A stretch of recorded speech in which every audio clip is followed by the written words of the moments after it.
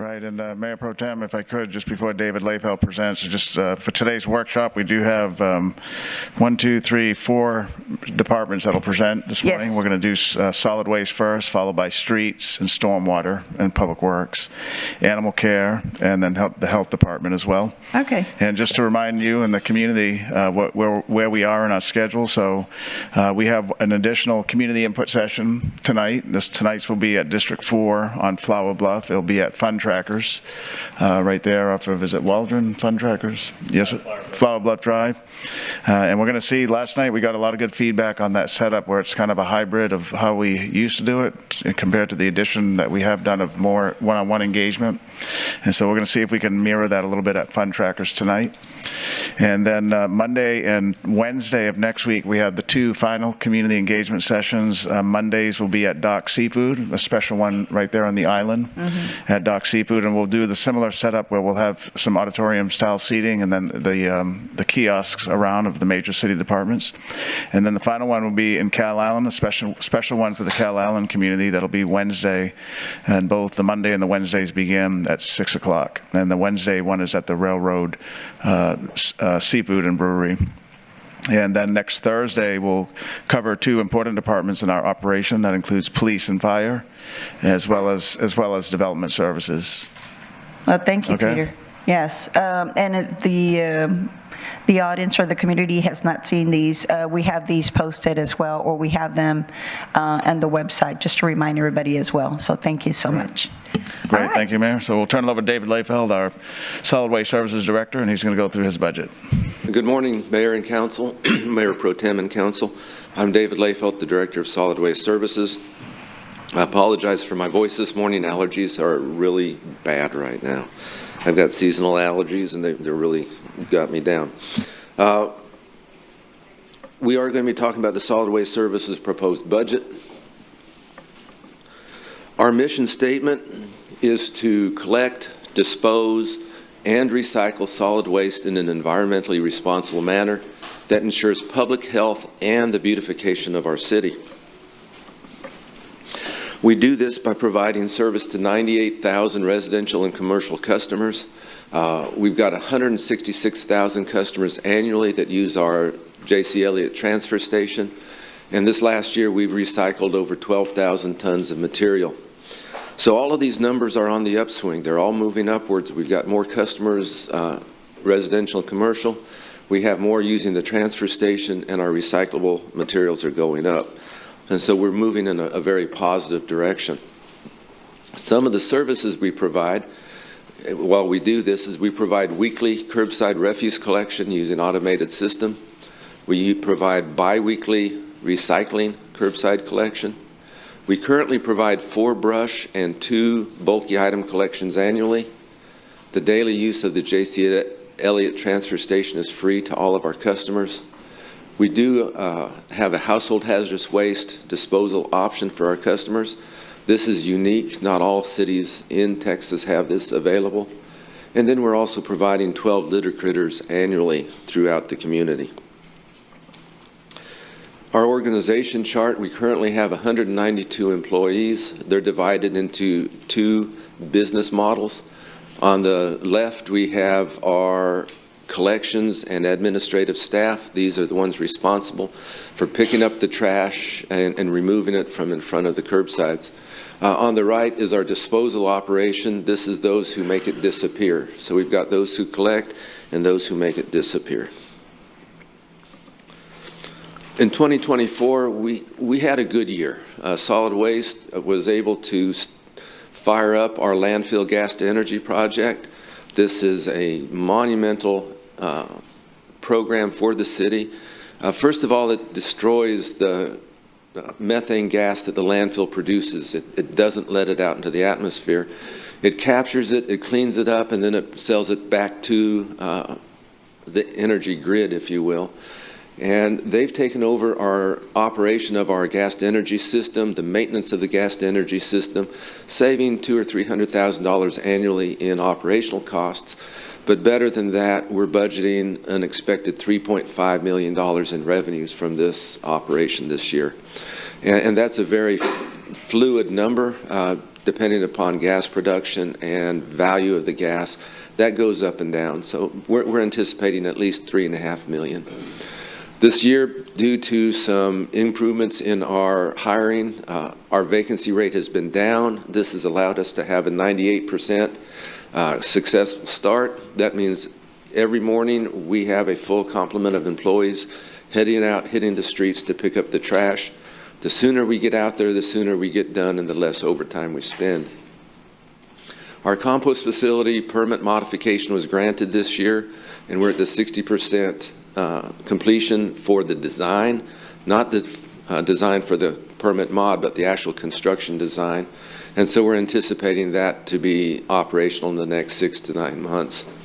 And then, due to the expiration of the Gully Hearst contract, we were able to divert more brush out of the landfill and use it. It'll be available for our curbside recycling program.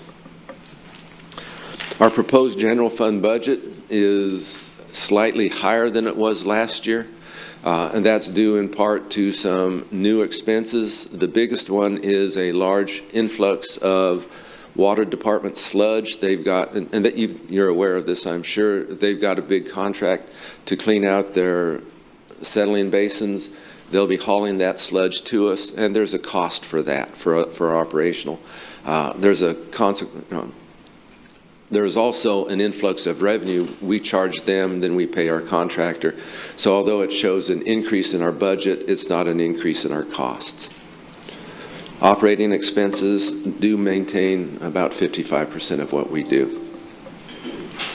This is an expanded list of the earlier services that I enumerated.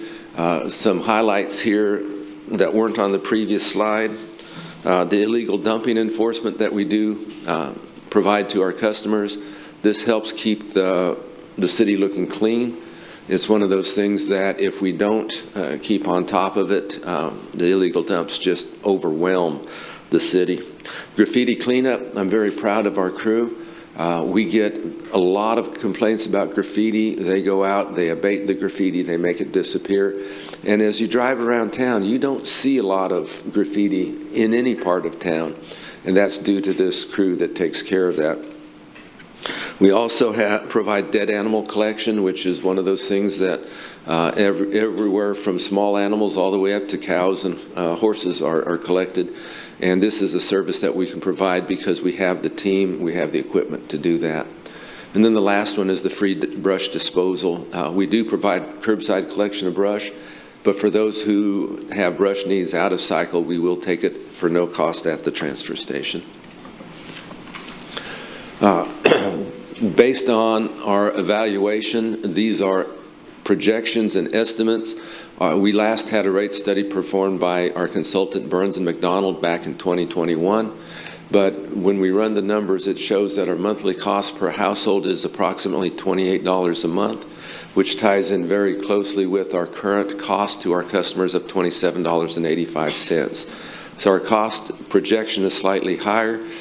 Reality, it may be lower, it may be higher. There's so many factors that go into it. The cost of fuel, for instance, is such a volatile number. And when you use as many gallons of diesel and gasoline and natural gas as we do, the price fluctuations there can drive this up and down very quickly. We are recommending 3 changes to the budget this year in an effort to reduce our cost. We're recommending reducing the brush annual collection from 4 times per year to 2 times per year. That is something that we've provided for years. We do have a 12-month growing season. It's very convenient to our customers. But as I've talked to our customers, I find very few people that use it even twice a year. Many of them will use it once a year, maybe twice a year. But if you can find somebody who uses it 4 times a year consistently, it's very difficult to do so. We're not changing the bulky collection. That's twice a year. We're keeping it at twice a year. And so that's a reduction in service, but I think it's one that the customers probably won't even notice. We are canceling the 2-person litter crew program that we initiated a couple of years back. This was an effort to help clean up around City Hall and the downtown areas, as well as along our right-of-ways to reduce the amount of litter that we have out there. It's a two-person crew, so we'll be, that's an option that we have. And then we're reducing the Recycle Right program. Several years ago, we came to you with a program to flip the lids of the carts to investigate, to evaluate the quality of our recycling. At that time, we were at 43% contamination. We've gotten it down to 29%, and we feel that this is a time that we've probably gotten the best bang for our buck. We can continue to put money into it, but I'm not sure we'll be getting a commensurate payback, if you will. At the time, our contamination expenses were very high, but now I think we're probably spending more on the program than we're saving in the contamination reduction. And so that is our proposed budget for this year. I'm available for questions. Any questions? Comments? Let's see. You can either push this or go. Yeah, okay. You have mic on there. Okay. Oh. Let's see. Sorry about that. There we go. You're good. You're good. Okay. Okay. Thank you. You can ask Mr. Fusley now. All right. Councilman Pusley? Yeah, thank you very much. So David, what's the difference between your brush and your bulky collection? What are you picking up in bulky collections? Well, the brush is obvious. It's all the tree Right, trimmings. yeah. The I got bulky that.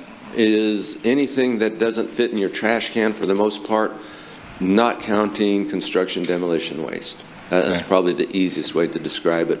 Lawn furniture, appliances, large toys, swing sets, basketball goals, just about anything that you won't fit in your trash can that needs to be put out and hauled to the transfer station. Okay.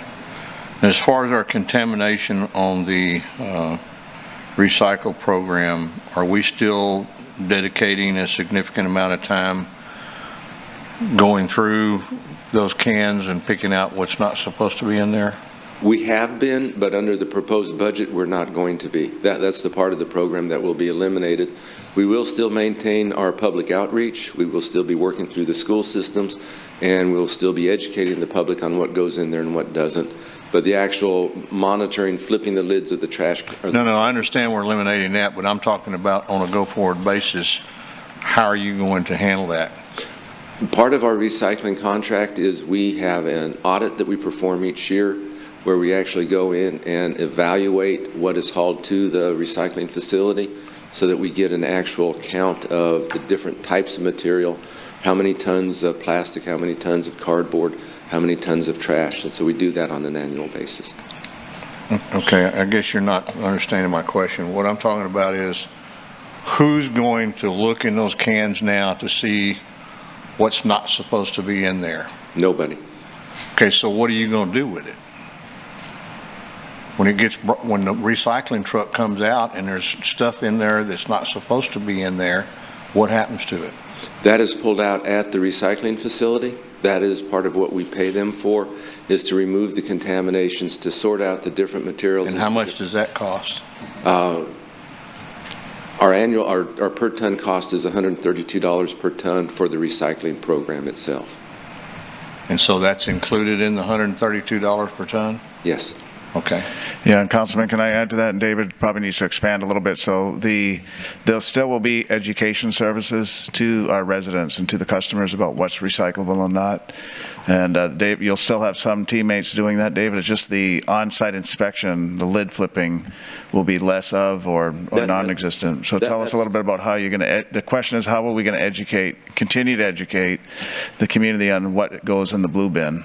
Right, and Yeah. we're not going to have anybody actually examining the cart, but we do have a two-person team that reaches out through the school system. They have tabling events at many of the public events throughout the community. They're at the Hooks games, they're at the ice rays, they're at the beach volleyball, they're at the bay to, all the different races and runs and things that we have going. And so that's where we're going to continue to educate. Also, we'll be working through the school system. Okay. Would the $132 a ton number be less if we said, okay, on a go-forward basis, the only thing we're going to allow in those recycle bins is paper and cardboard?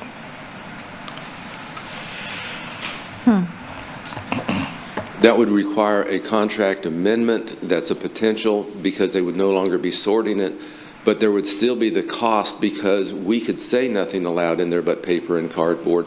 But unfortunately, people aren't going to hear that. It's a recycle bin. They will continue to put in there anything and everything that they think or hope is recyclable. But going back to my question, would the contract be cheaper if we were just doing paper and cardboard? Probably not, because there's two factors that go into it. One, you've got the contamination, and the other is the paper and cardboard is not as valuable as your plastic products. It's not as valuable as your aluminum products. So they make a lot of money on the sale of those products. Okay, what about if we just said we're going to accept cardboard and plastic? Then you still have to sort the material, and it doesn't matter how many materials you allow, they still have to sort it. It still takes the same equipment and the same personnel. Okay, I called you about this several weeks ago, and we played phone tag and never got to talk, but it's my understanding that people are bringing glass to the landfill and we're stacking it out. I thought we were doing something with that, but apparently we're not. We're just stacking it up and letting it collect. Right. There is a large stockpile of glass, if you will. Glass is one of those unique materials that it doesn't decompose. It just sits there and sparkles in the sun. We have a goal, once we get the new transfer station, to get a glass crusher, which will allow us at that time to process it. In the meantime, it doesn't rot, it doesn't produce gases, it doesn't create any leachate, so it's just sitting out there. Well, and I think I told you this, I received a call from a company, and maybe some of the other council members did as well, from a company that is starting a glass recycling business here locally, and they came out and met with you, but they couldn't recycle that glass because we'd let weeds and stuff grow up. It was going to be too complicated to try to sort through it. So would we not look at something like subcontracting to, instead of just letting that stuff pile up, let a third-party company come in and look at doing that? We have looked at that, and our current transfer station footprint is so congested at this point, we don't have any place to put that. If we were to go into glass recycling, which we could do, I mean, glass recycling is not difficult. What they're proposing is not rocket science. It just costs an extremely large amount of money. It requires the hauling. The closest place would be San Antonio that we could take it to. Probably a better place is Houston. And glass is very, very heavy. It has. Now, this company said they were locating here locally, and they were going to pick up the glass. If they would put a recycling collection dumpster, whatever you call it, at our landfill to collect the glass and haul it away for us. They came, we visited, we talked, I asked for some information, and they went away. Once they did the analysis, they have not been back. Well, the analysis was that the glass that we had piled up out there in the pile wasn't going to work. No, the analysis I asked for was how we were going to collect, process, store, and transport the material, and they never came back to me with a solution. The last discussion I had with him, he was going to go back and look into what he called a rail system, some way of storing the glass in a canvas bag type system where we could bag it, and then he would come in with this truck. He would load these canvas bags into his truck and haul it away, and he never came back with that. Okay. You know, Peter, I think that's something we ought to look at. Yeah, right. I can't tell you how much glass just my wife and I put in the garbage can every month, and I think our recycling program is never going to be successful until we look at doing that. Right. When I received the same emails, I think that the council did on that prospect, and I did have Neiman follow up with David, but we'll re-engage it again. The fact that we haven't heard from the guy is one item, but we'll call him up and find out. They can't be the only company on earth. Right, because there is a lot of glass, unfortunately, that gets thrown out. The market's not strong on it, but there could be somebody else out there. Just like we didn't think the natural gas from the landfills would result into anything, we're flaring it. Now we're making $4 million by selling it. So we'll double back with Neiman and David and see is there an alternate business model where we can recycle or have our glass provided to another company that can do something with it. Okay. Yeah, we'll follow up on that. Thank you very much. That's all I have. Dave, can I just ask you, what is it again, what would be the cost for the full glass program to be implemented here? I know you've been wanting to do that, so what would be the actual costs? If you want to, the process that I'm looking at of turning it back into sand, it's very, very simple. It's a piece of equipment that costs about $150,000 to $200,000 and a place to put it. We could turn the glass bottles and jars into sand at that point. If you want to actually haul it to a glass recycling facility, then that would require an RFP because there are so many expenses in that. City of San Antonio and Austin both recycle glass, but they pay a premium on top of everything else to make it happen. We cannot add glass into our current recycling program because our recycling processor does not have the ability to remove glass from the system. So it'll have to be collected, sorted, Separately. handled, stored, shipped separately from everything else. And so that would require a complete new methodology. If we collected curbside, it required new trucks, it would require new containers. And so without a solid mandate moving forward, we have not gone into the detailed analysis because it's going to be considerably expensive.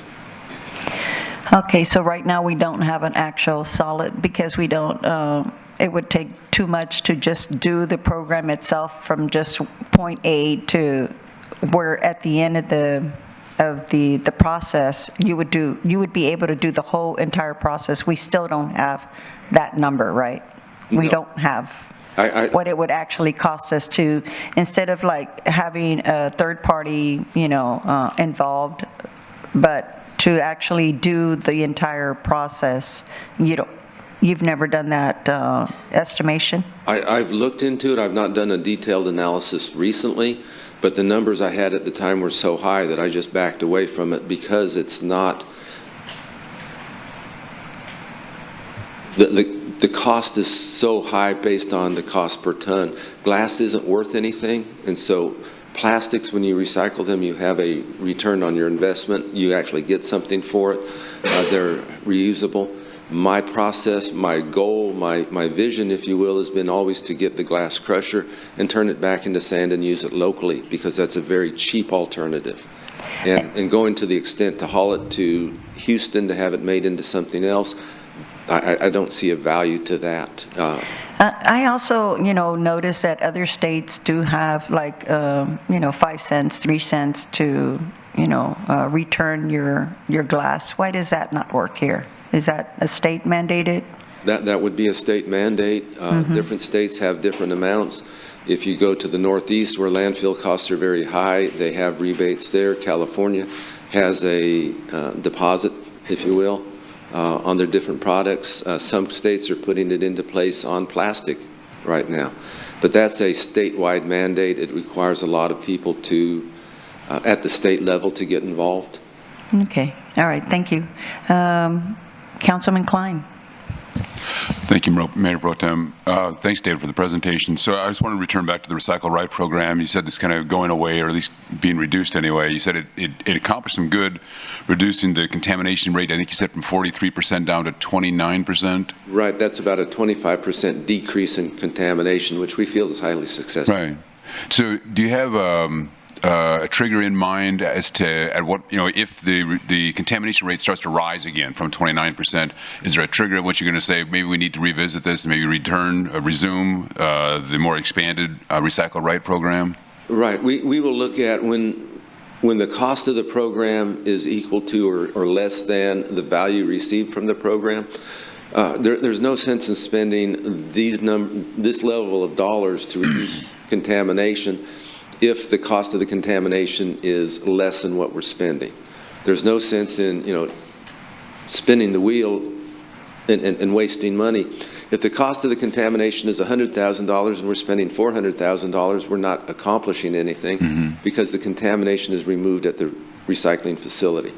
We're getting the contamination out one way or the other. Right. It's just, is it more doable? Is it more beneficial to do it curbside through an education campaign, or is it cheaper to just pay our processor to remove it and go forward? Yeah. So I'm going to ask you this question cold. We haven't talked about this before. I don't know how much, but my suspicion is that the recycling program as a whole, whether it's glass or paper, plastic, whatever else, is going to extend the lifespan of the landfill. Do we have a sense of how much it's going to increase the lifespan of a landfill? If we look at our annual volume, we currently bury about 400,000 tons of waste annually. We are collecting about 10,000 tons of recyclables annually. So that is a very small portion of what we're putting in the landfill. Mm-hmm. We have a better bang for the buck as we look at our compost facility coming online, because we're going to be looking at composting about 100,000 tons annually, which is 25% of what we bury, as opposed to about 4% of what we bury for the recyclables. Yeah. A number of decades ago, my father was a county official in a rural district, and their landfill filled up. And they had to declare eminent domain, take someone's farm away from. He was a farmer. My dad was a farmer himself. Had to take someone else's farm away from them to open up a new landfill. He said it broke his heart. He became an avid recycler after that to try to extend as much as possible. Well, we the have lifespan. about 170 years life expectancy on our landfill as we currently sit. We have a CIP project in the works to evaluate a change in our landfill permit, that if that went into place, we would end up with about 300 years of life expectancy on our landfill. And so the recycling is important environmentally. As far as our landfill goes, the actual plastic paper recycling is a very small percentage. If we could do better with our collection, if our recycling would generate more material, then it would have a bigger impact on the landfill life. Right. But as it is now, our recycling program is not generating a high amount of recyclables per customer. That just goes into the value or the effort that our customers are putting into the recycling program. Right. Thank you. That's all I've got. Thank you. Councilman Roy? So I wanted to go back and, as I'm driving down the street in my neighborhood or just neighborhoods in general, sometimes I see like people putting ridiculous things in the recycle bins that, I mean, my wife has to remind me about certain details, but for the most part, I think we get it probably 90% right. When you see something like somebody putting branches or palm tree leaves, does the truck keep going, or do they actually, do they have to pick it up? And That's an excellent point. Our drivers are trained and authorized to skip the recyclable cans when they see obvious contamination. For instance, we'll have light fixtures sticking out of it where you've got glass, you've got plastic, you've got metal and wire all wrapped into one item. They see that, they skip it and they move on. okay, I just wanted to know that for my own. And then the other thing is, I was a little confused as far as if you try to bring the recycling of glass in-house, you said the machine cost about how much? If we go with a glass crushing program, it's between $150,000 and $200,000.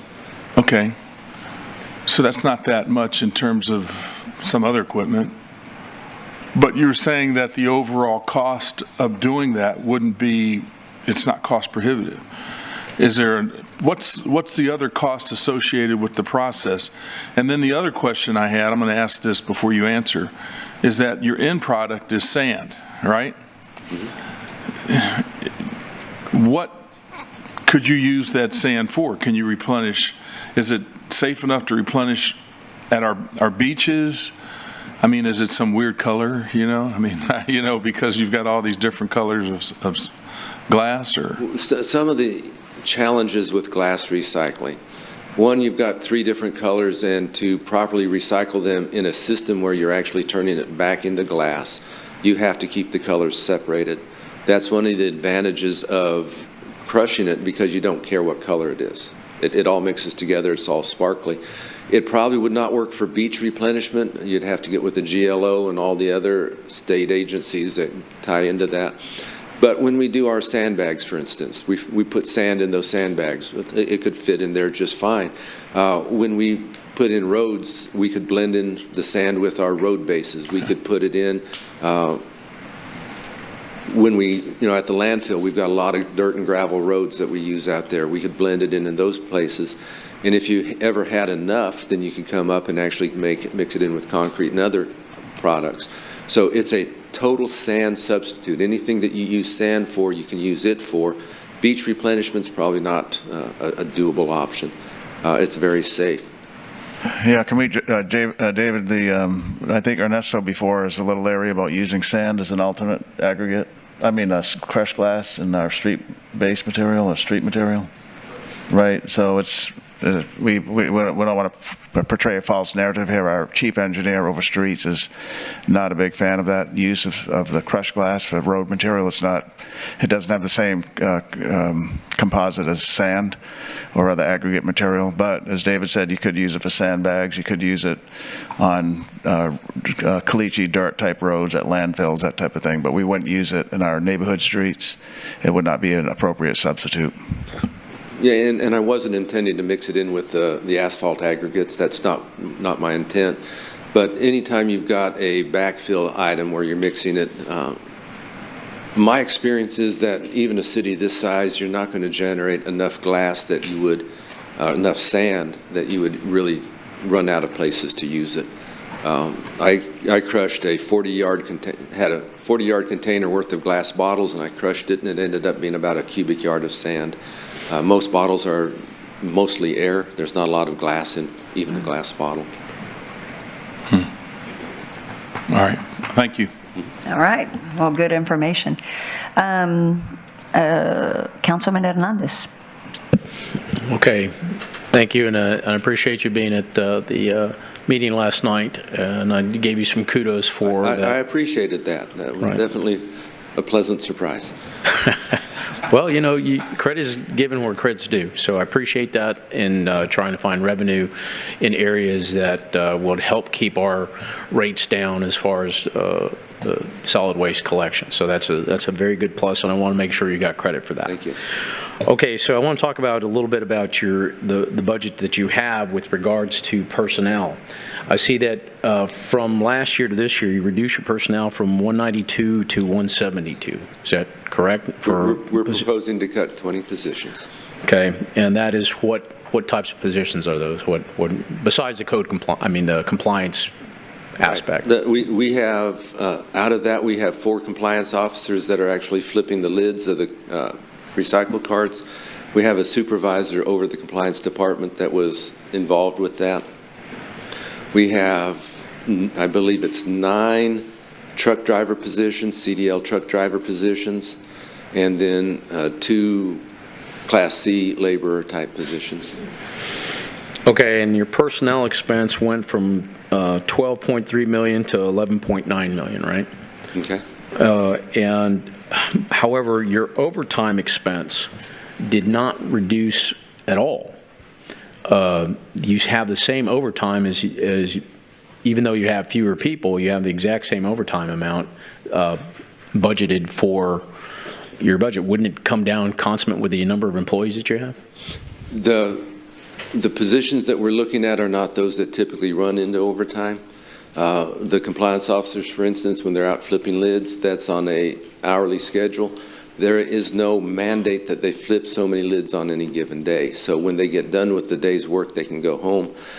Most of our collection crews, they work until the job is done. It's not that they can go home at 5 o'clock. If we don't have all the trash picked up by quitting time, they keep on working. And so the crews that we're eliminating are those that we can actually let go for the most part.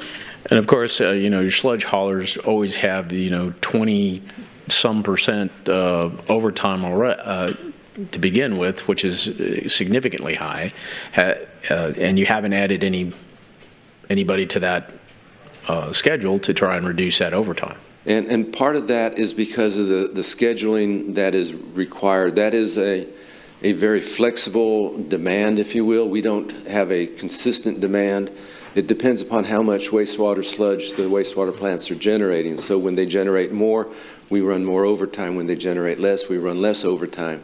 And it's very difficult to plan that out. It's easier to deal with it on an overtime basis to make sure that we have what we need when we get there. Okay, well, like I said, the overtime budgeting when you have fewer people is a little concerning. And what I wanted to avoid is, let me ask one other question. How many do you actually have? I know you have 172 FTEs, but how many people are actually in the department? Right now, I would have to go back and look. I think we have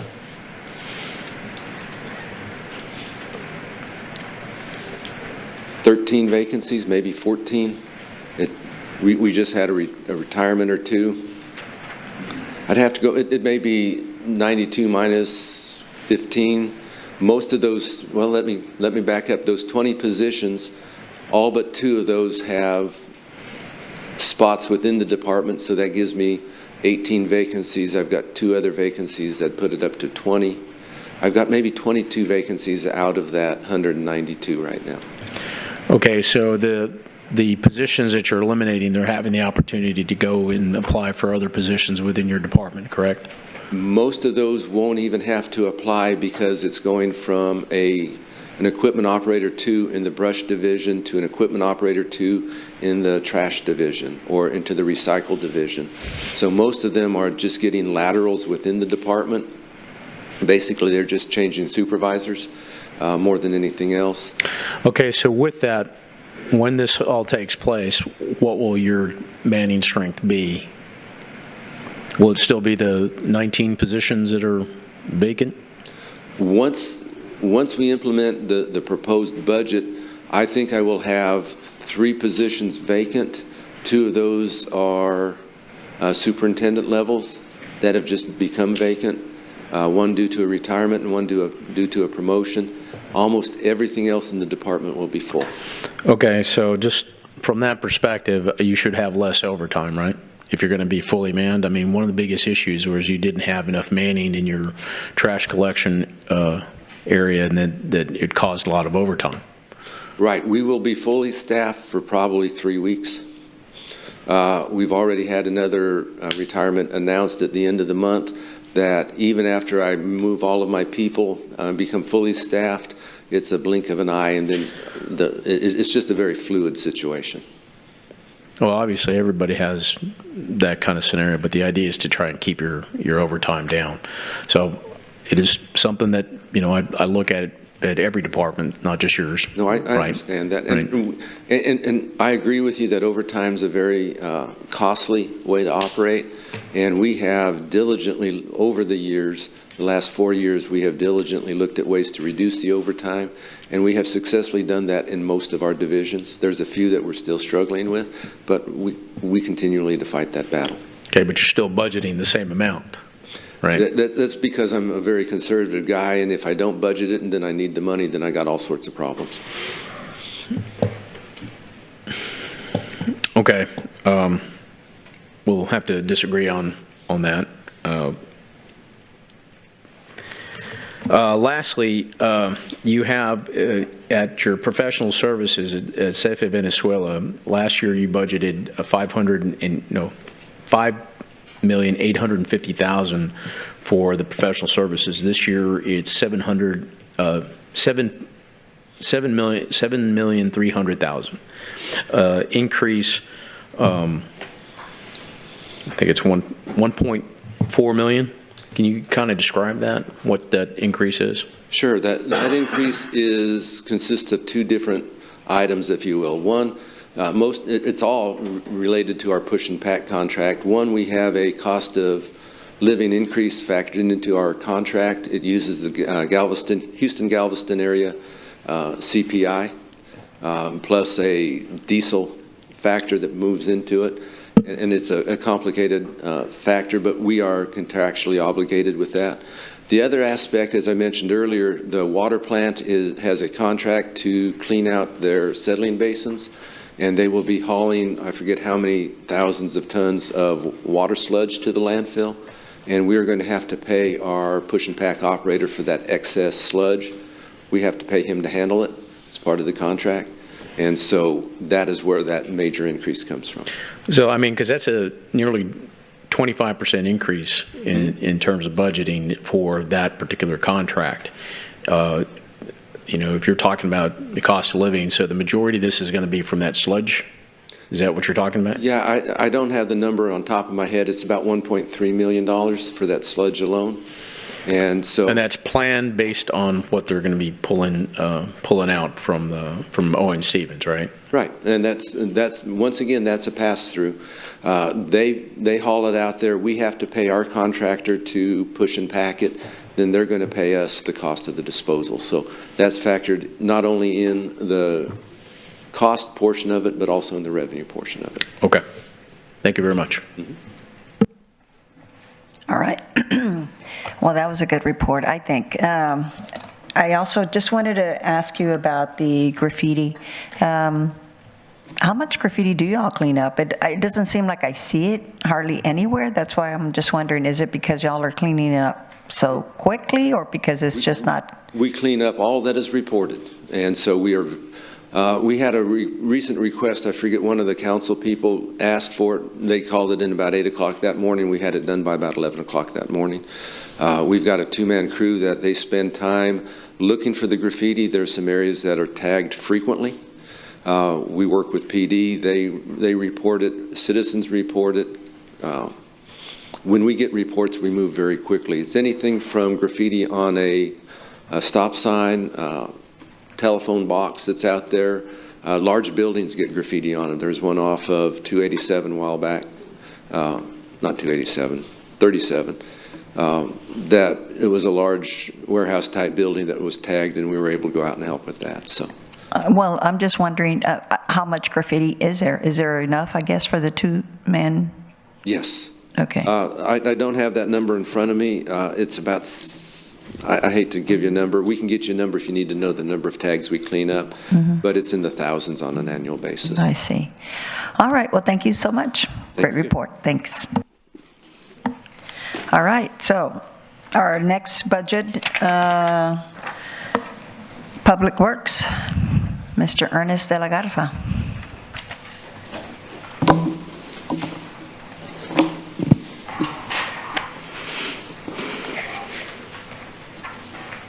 Streets. All right, good morning, Mayor and Council. Ernesto de la Garza, Director of Public Works. With me this morning are my Assistant Directors, Manny Hernandez, Gabriel Hinojosa, Renee Couture, and our Public Works Design Engineer, Connie Garcia. Additionally, I have my budget team here, Finance Manager Bobby Ray Maldonado, and also Mark Martinez in our finance team. The Public Works Department is comprised of two funds, the Streets Fund and the Stormwater Fund. I'll begin my presentation with the Street Fund for fiscal year 2025 budget. Okay, so the mission of Streets is to manage, maintain, and develop the city's street transportation system. The pictures shown are some of the services we provide within Streets, which include traffic and street operations. Our department as a whole is responsible for 1,256 centerline miles of roadways. 1,225 of the centerline miles of those roadways are asphalt streets, and 31 centerline miles of those roadways are concrete streets. We also maintain and operate 257 signalized intersections, noting that we recently added one at Ray High School, and then also at Fred's Folly off of Yorktown, and then Oso off of Yorktown. We also maintain 51,000 traffic signs throughout the city. Our lines of business for Public Works are traffic engineering, traffic signals, signs and markings, residential traffic management, street administration, and then also the street preventative maintenance program, right-of-way management team, street planning, base restoration, reactive maintenance, and then surface preservation, proactive maintenance. Our organizational chart, Public Works, is comprised of 306 positions, with 159 of those funded out of Streets Fund.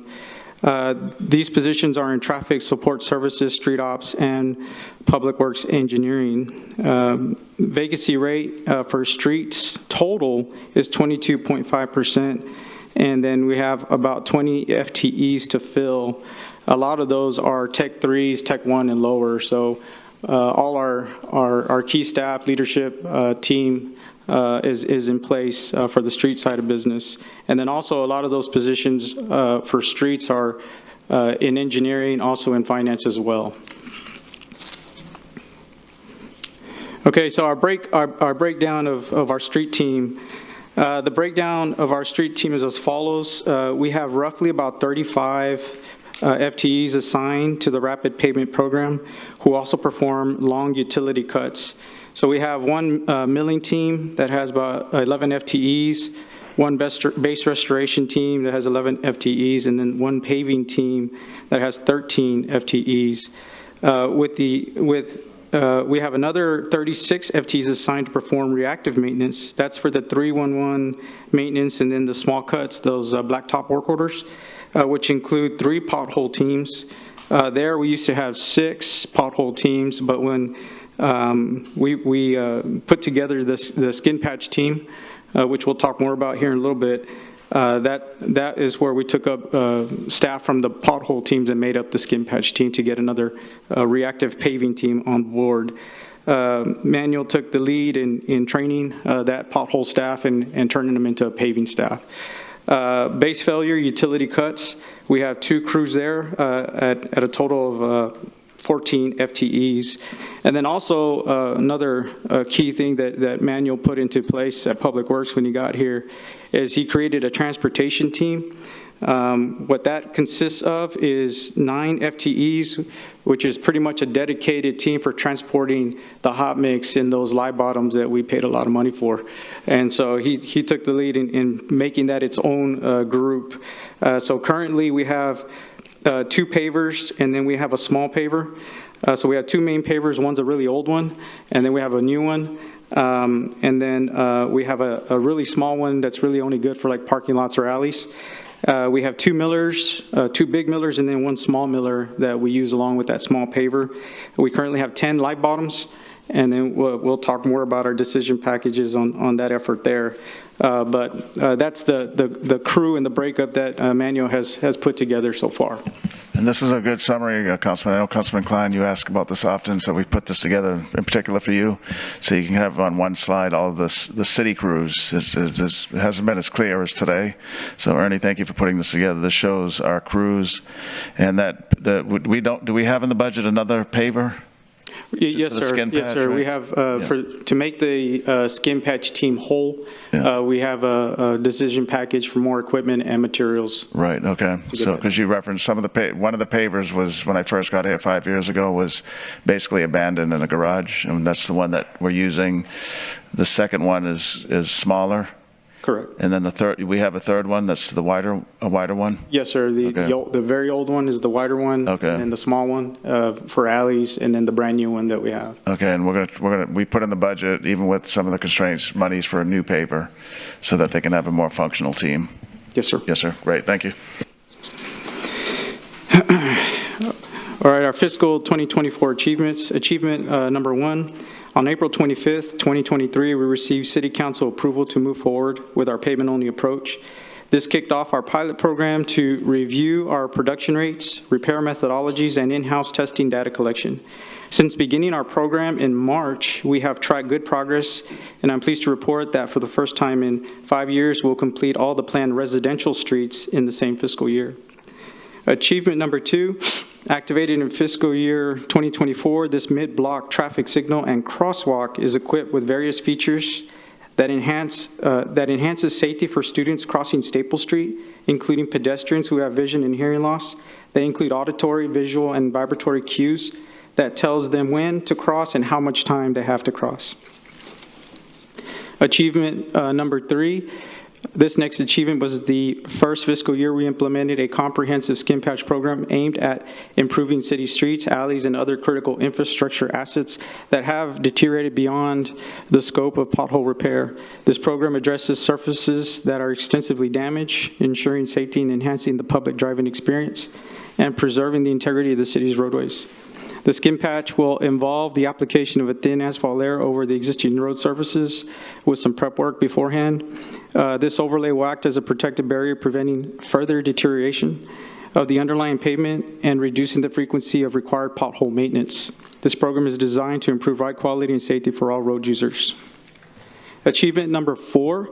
This is the city's first use through private sector contractors of super pave hot mix technology that was used during the pavement work that you've seen on Cimarron Road.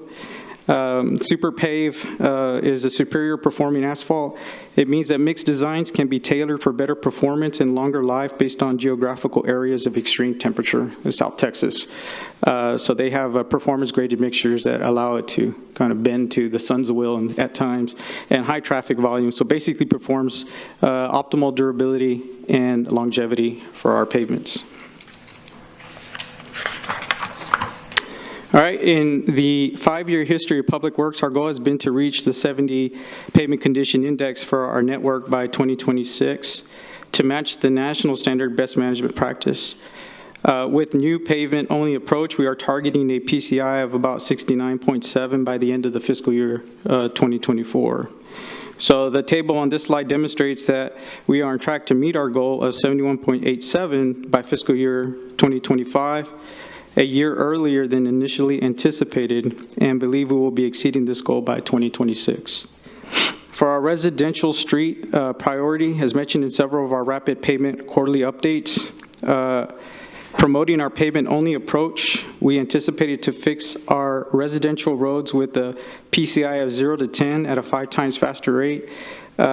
This is going from a 6 centerline mile with our old legacy approach to approximately 31 centerline miles in fiscal year 2024.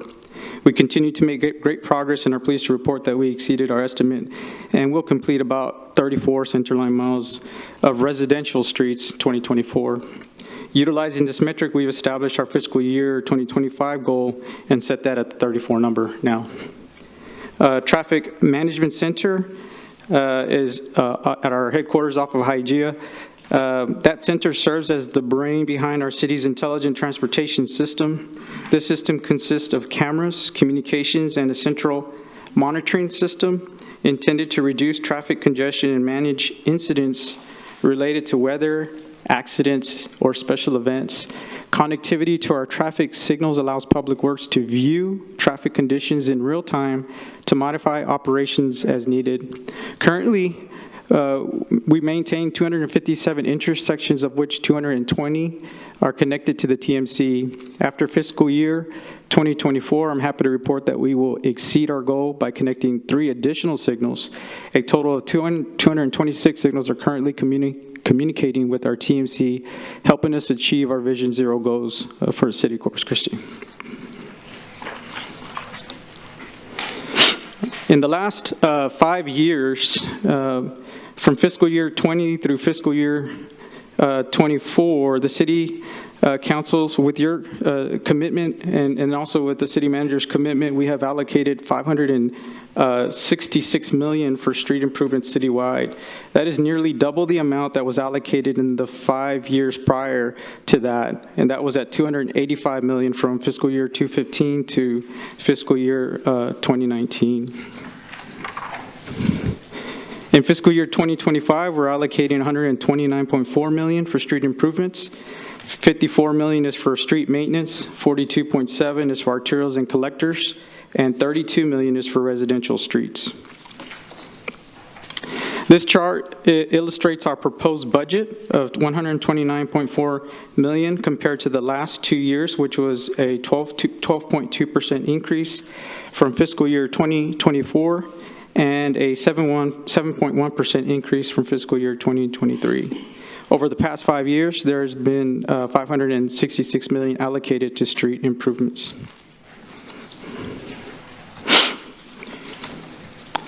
All right, so This chart shows several funding sources used for street operations, for maintenance, for residential streets, and then also for street operations, which total $129.4 million.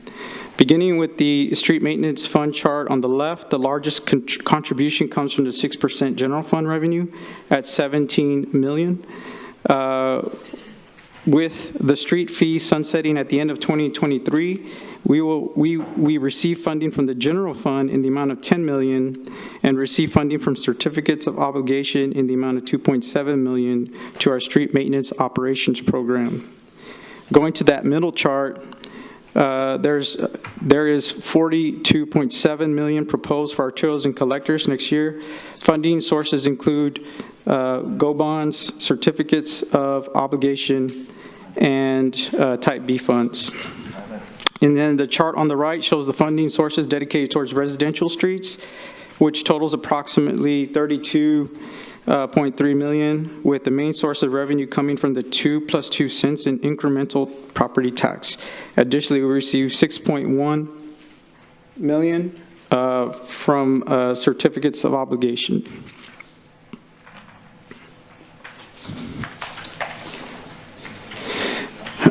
Okay, so this table is a table that summarizes the rapid payment program from fiscal year 2022 to fiscal year 2024. To summarize what you're looking at, you have the columns to the left that say in-house, which represent the mileage that our in-house crews have planned for the residential streets that they work on. The columns to the right say contractual. That shows the work done by contract forces on arterials, collectors, and residential streets. And these numbers combine the mileage for maintenance work on the concrete pavements as well. So if you recall, council set residential streets as our city's #1 priority. When we approved our fiscal year 24 to 28 rapid payment program, with this priority in mind, we worked with our contractors to shift all the resources to focus on the residential streets to get that work done on the plan. So with that said, the top table is for fiscal year 22 to 23. The summary is as follows. For the 12 centerline miles plan, in-house residential streets is 100% complete. For the 34.6 contractual miles plan, the table shows a total of 76% complete. The individual breakdown for that 76% is contractual residential streets is 61% complete, contractual arterials and collectors is 92% complete, and contractual concrete maintenance is 72% complete. The residential streets incomplete in this table are the leftover legacy projects, so the ones that are the complete redos that are still being built, that's that number. If you go to the bottom table, fiscal year 2024, for the 8 centerline miles of residential streets planned, we are at 91% complete. For the 31 contractual centerline miles planned, the table shows 54% complete. So the breakdown of that 54%, the contractual residential streets are 70% complete. The contractual arterials and collectors are 5% complete, and the contractor concrete maintenance work is 5% complete. So we note that the planned residential street total of 31 centerline miles will end up at 34 centerline miles completed by the end of the fiscal year because of the extra work we did on the residential streets. And then, Ernie, a lot was said there, but one key takeaway is that in the 5 years we've been here, this will be the first time in 5 years that by the end of this fiscal year, which will be September 30th, all the neighborhood streets will be complete. Right. So that means we have an annual work plan. We say we're going to do these streets in this fiscal year, and we've been working on a backlog, as we've been creating this public works operation. But with Ernie and his leadership teams and their crews' work, as well as our private sector contractors who we have a great working relationship with, for the first time in maybe ever, but at least the 5 years that I've been here, all of the streets that we told the community we were going to do in the neighborhoods will be done this fiscal year, by the end of this fiscal year, and any backlog would also be done. So that's a huge milestone. It's worth repeating. So thank you, Ernie. Yes, sir. I appreciate that, yes. This is an RPP snapshot for the fiscal year. I'm sorry. Ernest, I'm sorry, we have a couple of council members that need requesting to speak. Okay. No problem. Hey, Ernie, can I think Peter just maybe answered it, but with respect to the bottom chart, the fiscal year 2024 summary, the 91% and the 54%, is that year to date? So we anticipate being basically 100% on both of those because? Right. So we're going to be 100% on the residential program. Okay. Yeah. So what I was explaining was that 54%, if you recall the old IMP, the infrastructure management plan, that included the RSRP, the SPMP, and then also the in-house and the concrete maintenance. So the SPMP and the concrete maintenance, those contracts didn't get started until this past May. All right, so, but the residential streets with all the clusters that we have on our maps, those are the ones that are going to be 100% complete. Okay. So, if this information here is for public dissemination, and certainly the public's going to pick it up, I think there'd be an advantage to putting a footnote on there as to explaining why it's at 54% versus stating what you just said. Right. Just so the community doesn't think, well, look what they've done. They haven't even approached 100%. Correct. Yeah, and this is how we track it, you know, for monies and spending, because everything contractual is kind of bundled together. But the residential program by itself is the one that's what we set as, or what you all set as the priority for the city, and that's the one that we're going to achieve 100% complete. Okay, thank you. All right. Yes, sir. Thank you. Councilman Pusley? Yes, thank you. Ernie, I want to go back to page 19 if we could real quickly. And normally I'll wait till you're finished, but you've got a long report, and I wanted to, before we jump too far ahead, bring this up. Okay. So You're talking about this number here from fiscal year 2020 to 2024, we're showing that we've allocated $566 million for streets. A couple of things. It would be very nice if we had a map view of where that money's going to go. Okay, yes, sir. Okay, and something that, you know, the public could look at and say, okay, well, they're going to spend this $566 million. Where's that going to be spent? Okay, yes, sir. And the second thing is, you know, here a few months ago, there was some news media article about, well, we've, you know, budgeted all this money for streets, but we've only spent like 1/10 of that or some small number. So what have we actually, from 2020 to today, what's actually under contract and ready to be built? Okay, yes, sir. Neiman Young, Assistant City Manager, and I'm glad that's a good point that you brought up, sir. Some of the previous media reports were that total street expenditures across the board, that includes in-house projects versus contracting, was at 6%. That's inaccurate. In fact, I have a report that's sitting on my desk as we speak that I'm waiting to put together a memorandum, send out to council, and we're currently standing at 76% of total street expenditures spent for fiscal year 24.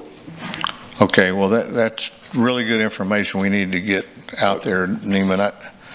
And I don't know where that 6% number came from, where they just made it up or what. Well, they looked at first they looked at a report that was quarters old, and what was failed to be conveyed was the fact that there's a lag between invoicing, when I say invoicing, it's on the contractor side of the house, where we have the monies encumbered, the money's the street work has already been identified, the contractor's been identified, and the work has already been performed, but the actual invoicing and the contractor being paid is basically lagging behind the actual reports, because reports are made quarterly.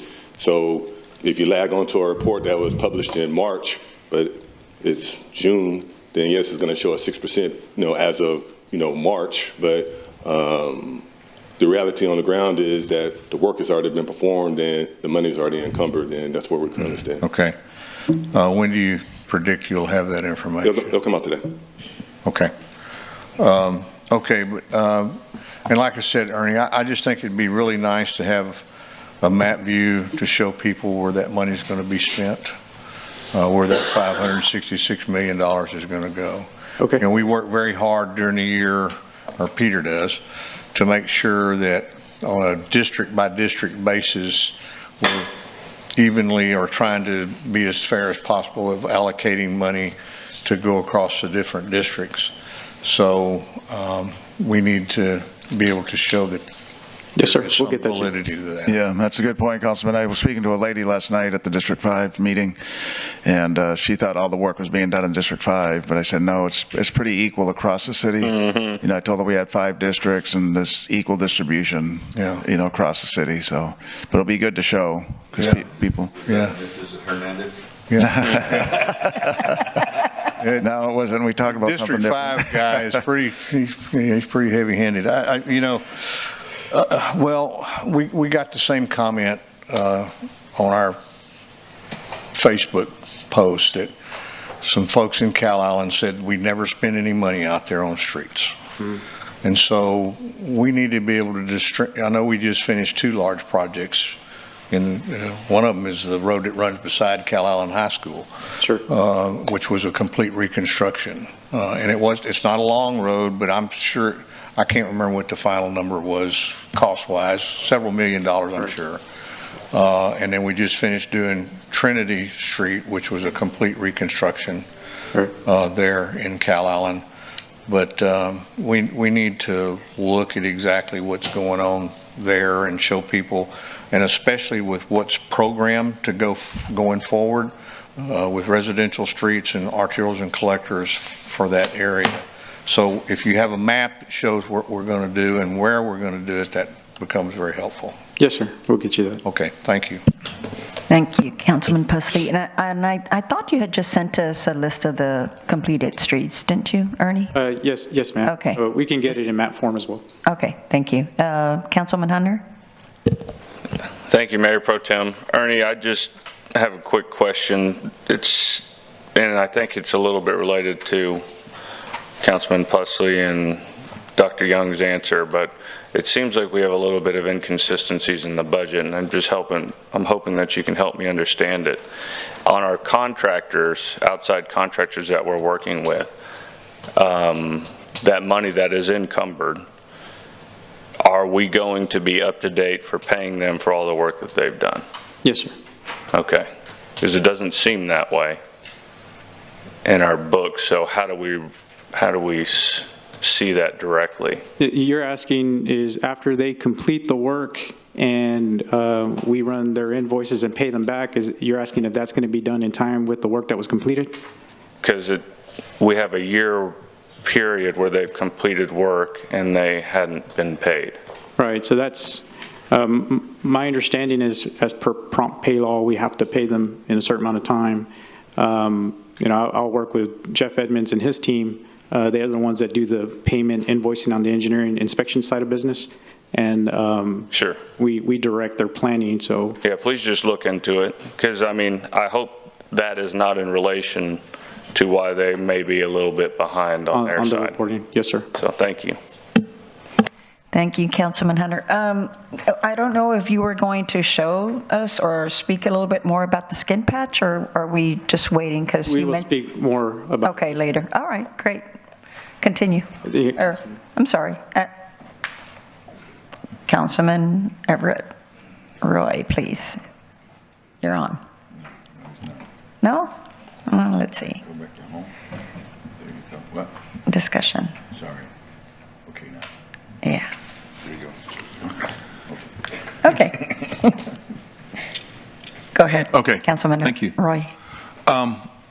So along the same point, I think with some of the other council members that have brought up, you know, one of the things I asked Assistant Manager Neiman is that I wanted a report and to show where we're at, because that's probably in my district, District 1, I get probably the highest number of phone calls or emails or texts related to streets, as we know. And we have done a really good job, I believe, out there in District 1 and the number of streets. And I have to remind people that constantly when I start going down and talking about Wood River and Wildcat and Trinity Run and McKenzie going into Annaville, you know, and all the other things that we've done. I know we've done a significant number. I say we, your department and the city, but I feel like I'm part of that, have done a tremendous job at tackling those. But what I'm also seeing is that when I see Facebook and I see things put out by the city, our data's not consistent, because I'll get a report and then I'll go out and give that report to my constituents, and then I'll read something that pops up and it's the linear miles don't match. You know what I mean? It's just nothing matches. And so what's happening is, and it seems like, we're always under scrutiny, we're always being criticized, but when we don't match like that, we even get more criticism, like, do you really know what you're doing, and how is any of this information valid? Right. So however then we had the other issue that there was a finance report that had a little blurb in there about streets and the number of streets that were done, and that wasn't accurate either. Mm-hmm. So whatever standard that we use collectively as a city, we need to make sure that everybody reports that the same way, because it really does hurt us in terms of validating what we're trying to send.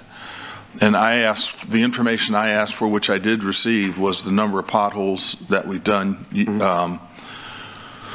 I think I went back 5 years, right?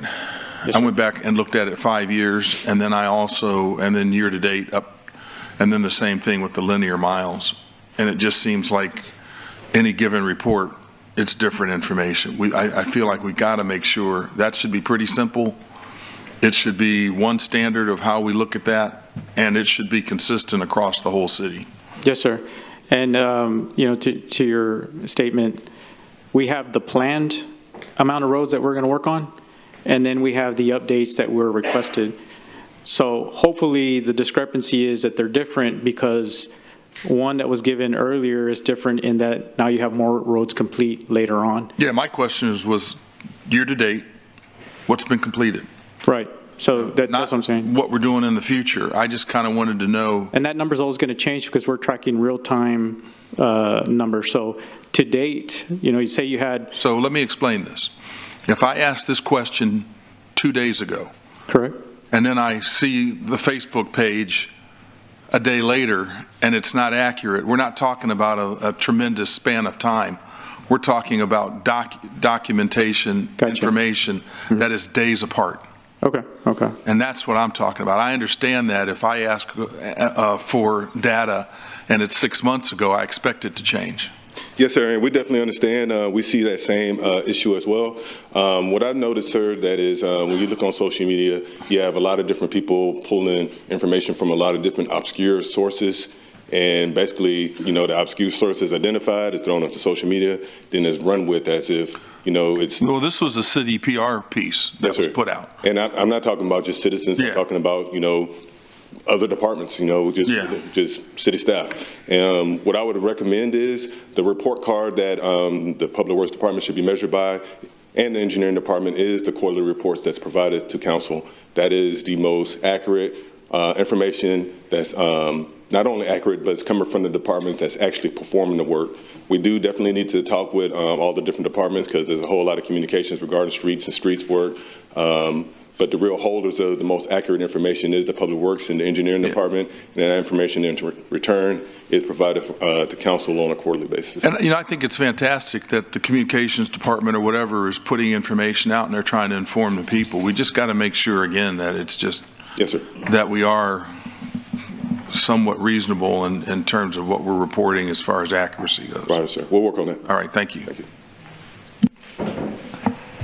Thank you. Councilman Hernandez.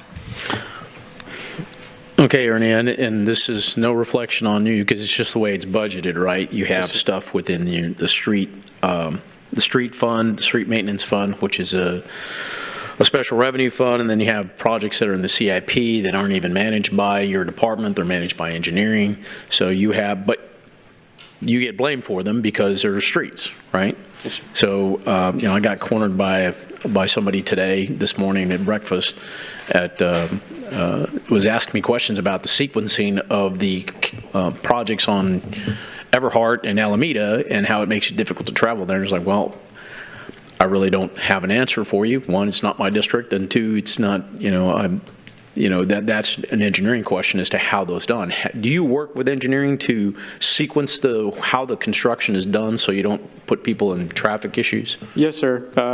So we worked with engineering. The way we function is engineering department has their engineer of record.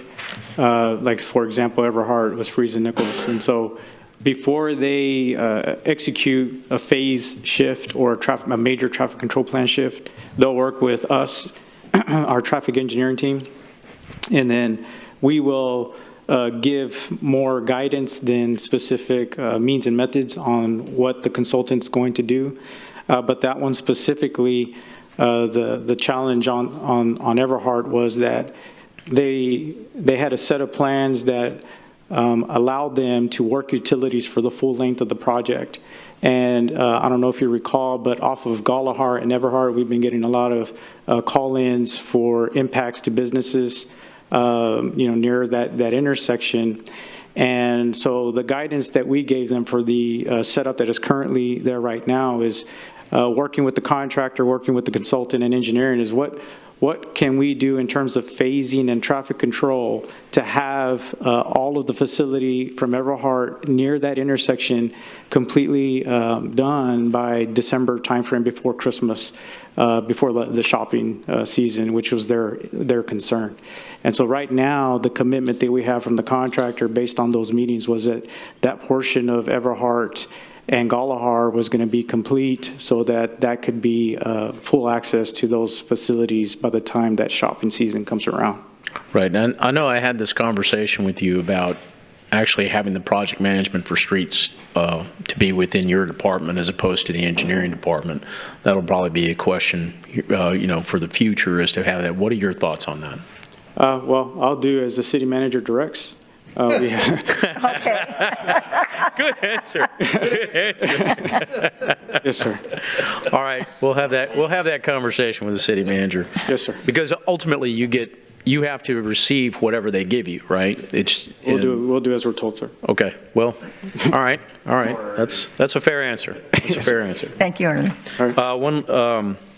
Also, in terms of how you're calculating the amount of money going to residential streets, you have in your presentation for fiscal year 2025, 32 million.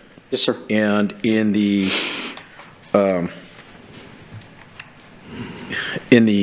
budget, it doesn't.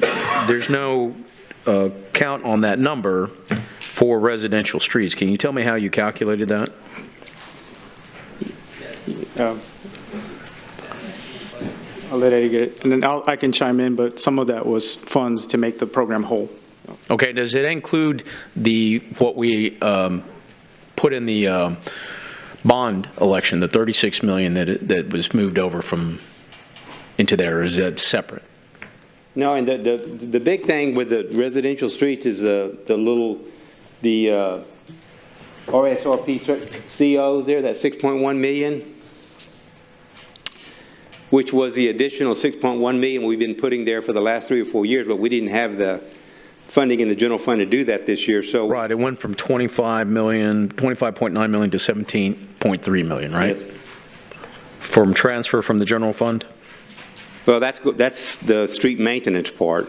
It ends up being close to the same number, but the 6.1 was from a couple of parking lots, CIP projects that for the City Hall parking lot here is where there was a couple of projects that we had barely started the work on that we canceled and used that money to go into streets. I understand. Okay. I remember on the first part of this. Okay. But since then, we have made a choice to put $36 million on residential street program in the bond package. So that's not included in this budget. No. Okay, so for 24. 24. Yeah, no. Right, for the bond election. Right. So when that happens, does that money that was supposed to use for the parking lot to stay in that fund and continues for residential streets, or is that going to be moved out and replaced? It will be used for residential streets. Yes. So it'll be in addition to the $36 million, which is not a part of this budget because it hasn't been approved yet by voters. So that'll be an addition. Correct. Right? Okay. So we'll have not 32 million, but you have an additional 36 million, so 68 million for residential streets in 2025. Is that what you're saying, if the bond passes? Yes. Okay, so you'll probably be able, do you have the capacity to use it all in 2025? Okay, yeah. Sounds good. Yeah, no, yes, sir, so that, Councilman, can I just, I was just out back for a moment, but it's 35 million is what is in the bond program. It's 35 million? 35, Okay. yeah. Yes, sir. So instead of 68 million, 67 million, right? Yeah. Do you have the capacity both internally and with contract capacity to do all 67 million? yes, sir, to answer that question, we'll go back to the 24 story. 24 story is when we executed the 24 contracts and we prioritize residential streets with all the contracting staff, with all in-house staff. We had basically a surge operation to get the neighborhood streets done. We're tracking to be done by, for sure, October timeframe. Knowing that we're headed in that direction, we started to execute the 25 contract extensions early. So right now, I believe 3 of the 5 are already executed. We're not going to spend that money until October, but those are on the launch pad. So our intent is we're working on our last 3 clusters of the 24 program map. So every contractor is assigned their last bit of work. After these clusters, they're done. They may be done before we're ready to spend the October monies. But when that happens, we're going to keep on keeping on all the way through. So if hopefully winter isn't a very long one, which it wasn't last year, and they can pave all the way through, we're tracking the 25 program to be complete by March, April timeframe. So if it wasn't for this bond program, we'd be done without anything for the contractors to do. And so this one, if you have your bond election and then you execute with the timeframes, then it'll be a seamless transition from that March, April timeframe. We'll have a whole new amount of monies to follow through for the next paving season. Okay, that's awesome. There was another question I had here on this.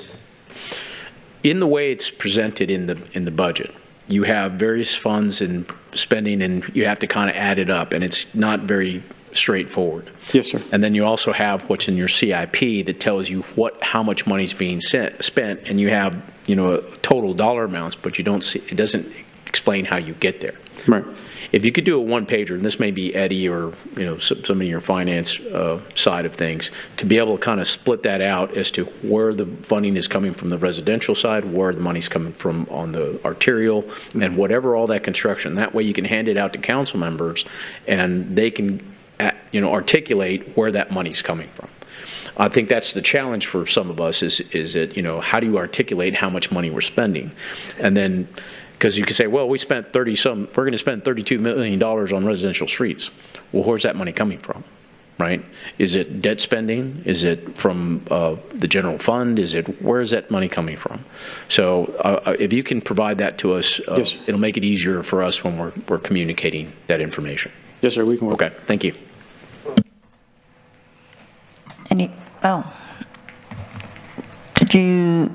Councilman Pusley, did you want to speak?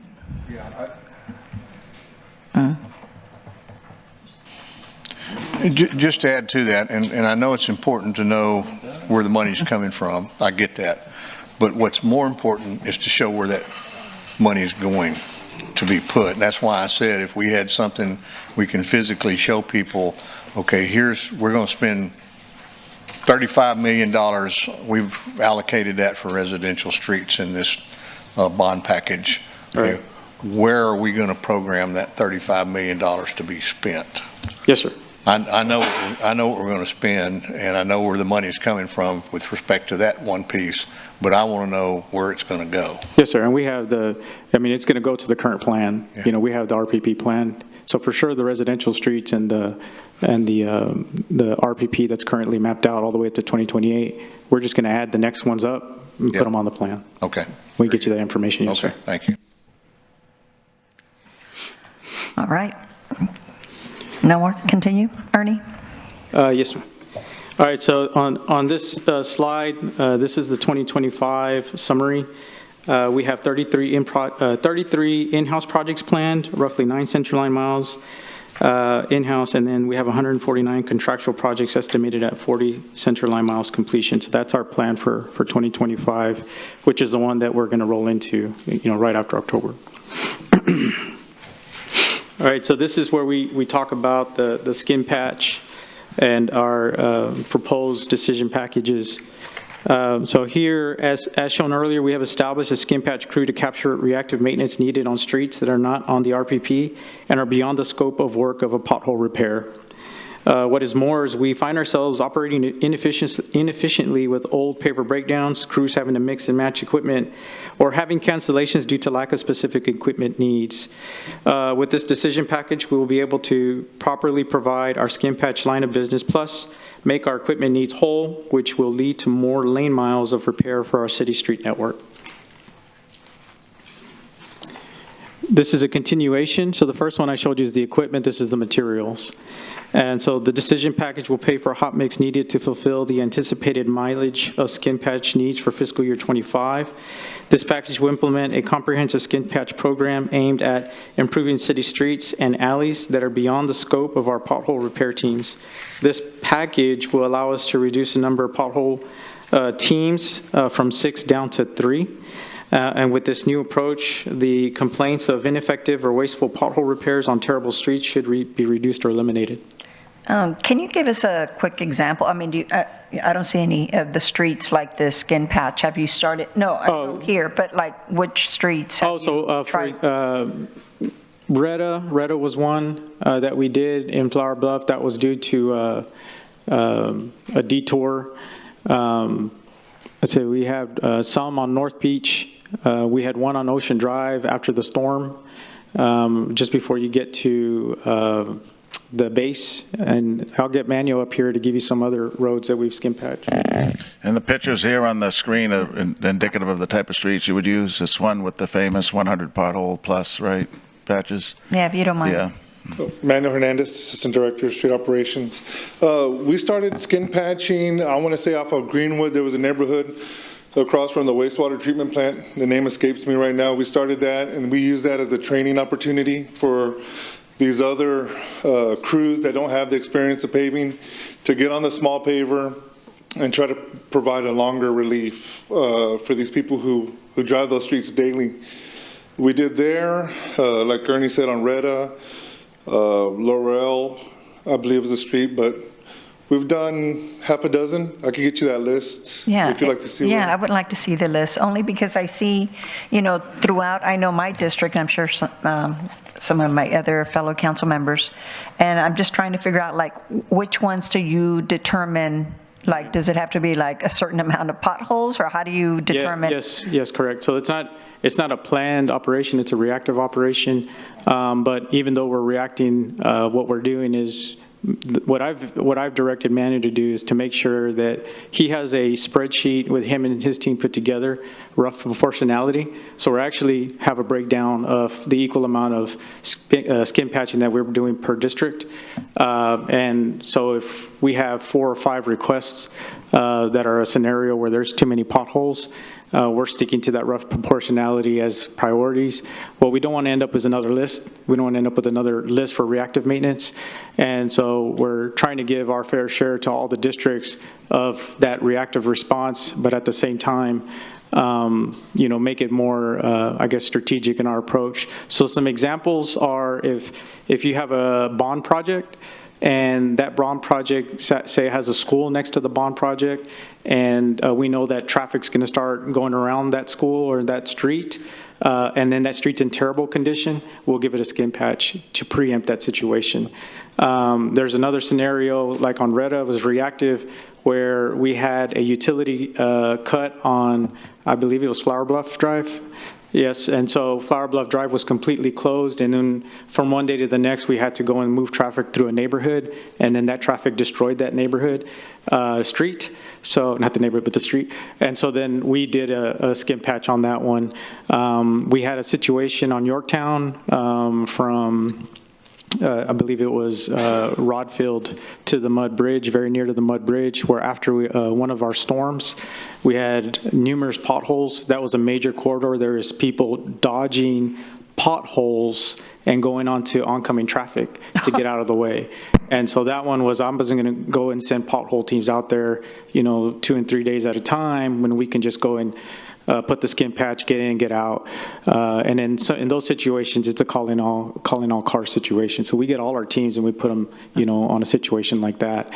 With this skin patch team, they could be dedicated to do exactly that, and then remove the amount of resources on the pothole team, because the intent is to get rid of these scenarios where we're just refilling potholes to no avail type of scenario. Well, the reason that I'm asking is whenever the Staple Street was being worked on, that little side street right next to it, that was overused, but now it's on a bond project, I believe, instead of just, I would have thought this, I don't know, if it would have been like a skin patch scenario. Do you know which one I'm talking about? On Staples, they have like a little side street right next to it, and they were complaining how bad it was, but now I guess it's going to get a full street. Yes, yeah. Correct. Okay. That's right, is it? Near Annapolis. Yeah. Okay. Annapolis, Annapolis. Yeah, Ernie's familiar with it, so that one has some drainage issues as well. So Is that what it is? Okay. Yeah, it probably needs a little bit more than just a skin patch. So we did put that. That is in the 24 bond program as a good candidate project in City Council District 2. Okay. Correct. Right there after South Staples by the Ray High School. Yes, sir. Yeah. I'll wait till he's done. Okay. All right. And then our rapid pavement program ADA improvements, our next enhancement is to request funding to upgrade ADA ramps on residential streets that are planned as part of the council-approved 5-year rapid pavement program. An additional $5.8 million is needed for curb ramp improvements on the 31 centerline miles, which will be actually 34 in 2025. And I stand by for any questions.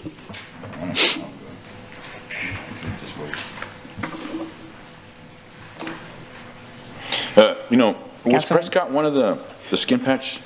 Prescott. The component from? Oh, the one by the DPS? Yeah. That was a rapid payment program. Oh, okay. Yes, sir. First off, I could tell you, man, I had so many people call in appreciation for that. I know that one, because we had done so many of those streets through there. We'd redone Prescott, Castañon, and all those back there, and then everybody said, well, what happened to this one? So that was a good one. I just want to give your team an attaboy, what is it, and see if you can figure out a way to clone Bobby Ray. But, your team is, Robin's the queen of cool, I should say. Emmanuel, and Gabe and all your team, you just should need to be commended. I said it in another meeting about how the culture that you've developed, you have a goal. And when I said at your event that you guys are the most efficient at playing whack-a-mole I've ever seen, and what is it? So great work. Kudos to your team. The other thing is I just want to recognize, I guess, not only Peter and his team and your having you on board is that one slide that we go back to, and it was slide number 19. And, we've had all these people do polls saying what's the biggest priority is streets. And, I spoke of it on Tuesday night, that we're answering that call.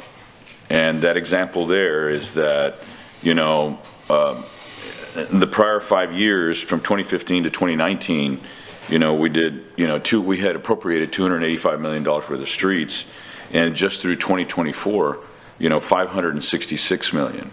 So I think that's something that we as a council and a community need to share, that, hey, we've heard you loud and clear, and we're committed to that. And in even doing so, we cut back on your street user fee. So, which, I was reluctant, but I know there were a few here who were really supportive of it.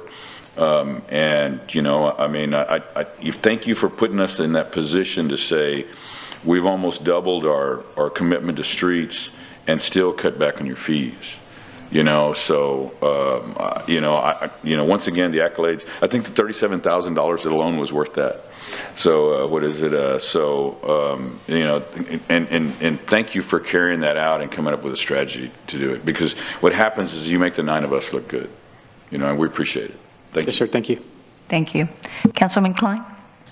Thank you, Mayor Pro Tem. Ernie, thanks for the presentation. There are a couple of things that got by me. I wasn't listening as closely as I should have. I just want to double back to make sure that I heard this correctly. You talked about the old paver, and I think you were talking about in conjunction with the skin patches. That's what you're going to use for the skin patching, the old paver? I heard that wrong. The decision package is a package to buy a new paver to make that team whole. Currently, we're mixing and matching equipment amongst teams. Right. And so we have a new paver, and then we have the older paver, which always breaks down. Right. And so we're still achieving what we're achieving because Manuel and his team are making it work. Mm-hmm. They're pretty resourceful. To be ideal to hit these targets and quantities and centerline mileage is why we're asking for the decision package for another paver and additional equipment. Right. And then you talked also about this super pave technology down on Cimarron. I think you used it on Cimarron. Yes, sir. And you said that it I guess, wears better in the South Texas heat and South Texas sun? Yes, sir. Historically, the city of Corpus Christi has always just used dense graded mixes, and what that means is just you have different types of hot mix that you can get from Bay and Anderson and Columbia's plant. Yeah. So, for example, the Texas Department of Transportation on SPID, they'll use Super Pave and what's called a Nova Chip. And the difference between your regular mixes, what we call the workhorse mixes, and then your more high-performing mixes is the amount of AC content, asphalt content in the mixture, and the type of PG binder used. Yeah. And so we use a binder that performs better in extreme temperatures because it has a low weather extreme and a high weather extreme. And so that binder is now in our bid item in that mix, and that's what we're using on Cimarron. So the city of Corpus Christi has never used a super pave mix on their network before, but it's really good for the arterial program. I assume it's going to be more expensive. Do you know what the cost difference is for the super pave? Yeah, it's actually not that much more expensive. Oh, wow. So I think, Manuel, what is it? $10 more a ton. Oh, wow. Yeah, it's not that much more. And that's kind of why I implemented it, is like, well, why aren't we doing this? Right. But, with that material knowledge that Manuel and I bring to the table, we're making some of those changes and then making some of those program implementations into the arterials and collector network. Well, that's great. That looks very cost effective. And then I wanted to just turn back to, this is, I think, on page 24, I guess, Rapid Pavement Program Snapshot for 2025. It looked to me like as if, based comparing 24 to 25, as if the ratio or percentage, I guess, of residential streets, the Rapid Pavement Program, the percentage of it being done in-house as opposed to being contracted out, the percentage being done in-house is being reduced, it looked like, unless I misread that. Right, so the 2024, you had 8 centerline miles in 2024. I got the slide up right now. Put up the slide. So you see the eight Right. centerline in-house? Right. Okay, and then the next year, we're projecting the 9 miles. So it's an increase. Yeah, but on the contractor side, those on the numbers contractor have been grown side? from 31.1 Right. to 40.7, a much larger growth. Correct. And the reason that it's increasing so much more is that if you recall, we mentioned earlier, we're going from a 31 to a 34 with just the residential streets. And I apologize, I didn't break them down individually, but the residential streets is going up from 31, 2024 to 34, 2025. And then the reason that you have an additional increase is the arterials and collectors is going up from like 9 to 14. Okay. And so it just, it depends on how we plan those clusters out. and those clusters kind of dictate the mileage, because one thing that I used to see before I came in and working with our engineering team, our in-house team, Connie Garcia, is I noticed that, I don't know if you noticed these projects where we would do a road and then just kind of stop it at a really weird location. But it was money driven. Right. And so what I explained to them is, no, pick a logical termini, kind of like Cimarron, take it to airline and stop it there. We'll make the money whole with the program with the next planning year. And so that's what we started to do, is find that logical termini so that the city looks nice and neat and somewhat consistent. Okay. I just wanted to draw attention, I guess, to that again, because, we talked about this in the past. You mentioned the cost difference between doing something in-house as opposed to contracting it out, and certainly there's a huge need to get done. I think you have done great work on moving forward on the residential streets, particularly the arterials and collectors. But I also want to make sure that we're being kind of fiscally responsible in this as well, getting the best bang for our buck on this also. Yes, sir. And so you have plans to continue the in-house crews. You said you have 2 of them right now and a third one in the planning, is that right? Correct. Actually, we already have the skin patch team in place. What will keep it there permanently is these decision packages for the equipment and the materials. And I think you said as well that adopting the skin patch technique now will reduce the pothole crews, did I say here, from 6 to 3? Yes, sir.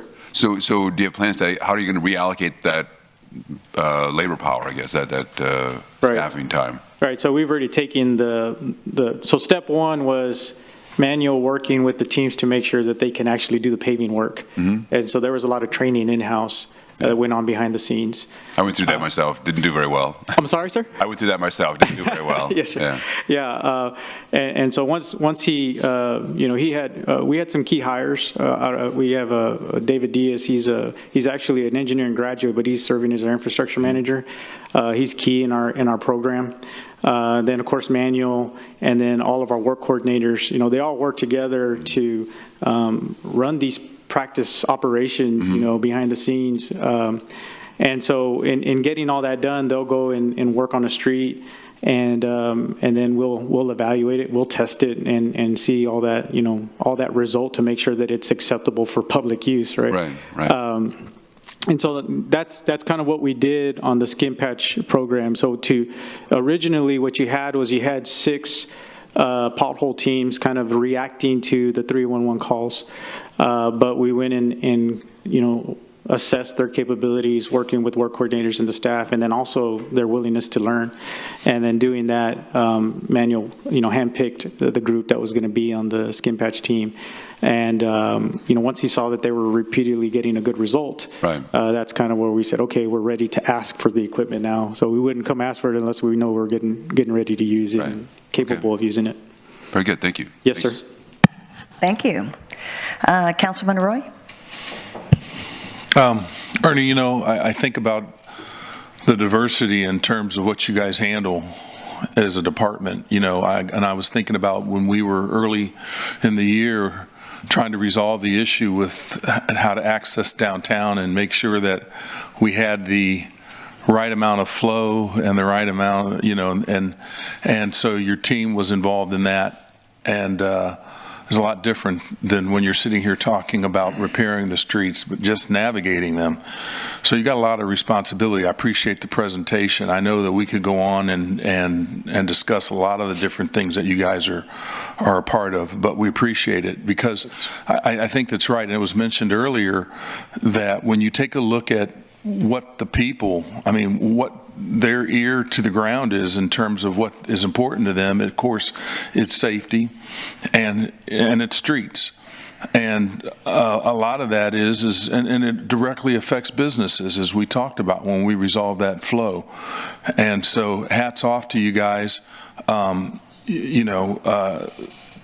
You guys are incredibly smart, and I think that's awesome, and it reflects high in the city staff and all the managing in terms of the decision making to have the crew that you have. We're fortunate to have you guys, and it just seems like the ideas that you're coming up with is just going to continue to get better. So thank you. Yes, sir. Thank you very much. Ernie, I just want to echo the same thing. I think, when I walked in, I said, oh, here comes the happy team, because when I look at you and when I see you and when you respond, it's always done with joy. I mean, usually it's a really quick response, and I know when I first started, that was a very problematic. That was the first thing that I really wanted to address as being a new city council woman, and to represent our the area adequately, and you made that possible. So I thank you and your team for doing that for us, for the community, and continue success. Yes, ma'am. Thank you very much.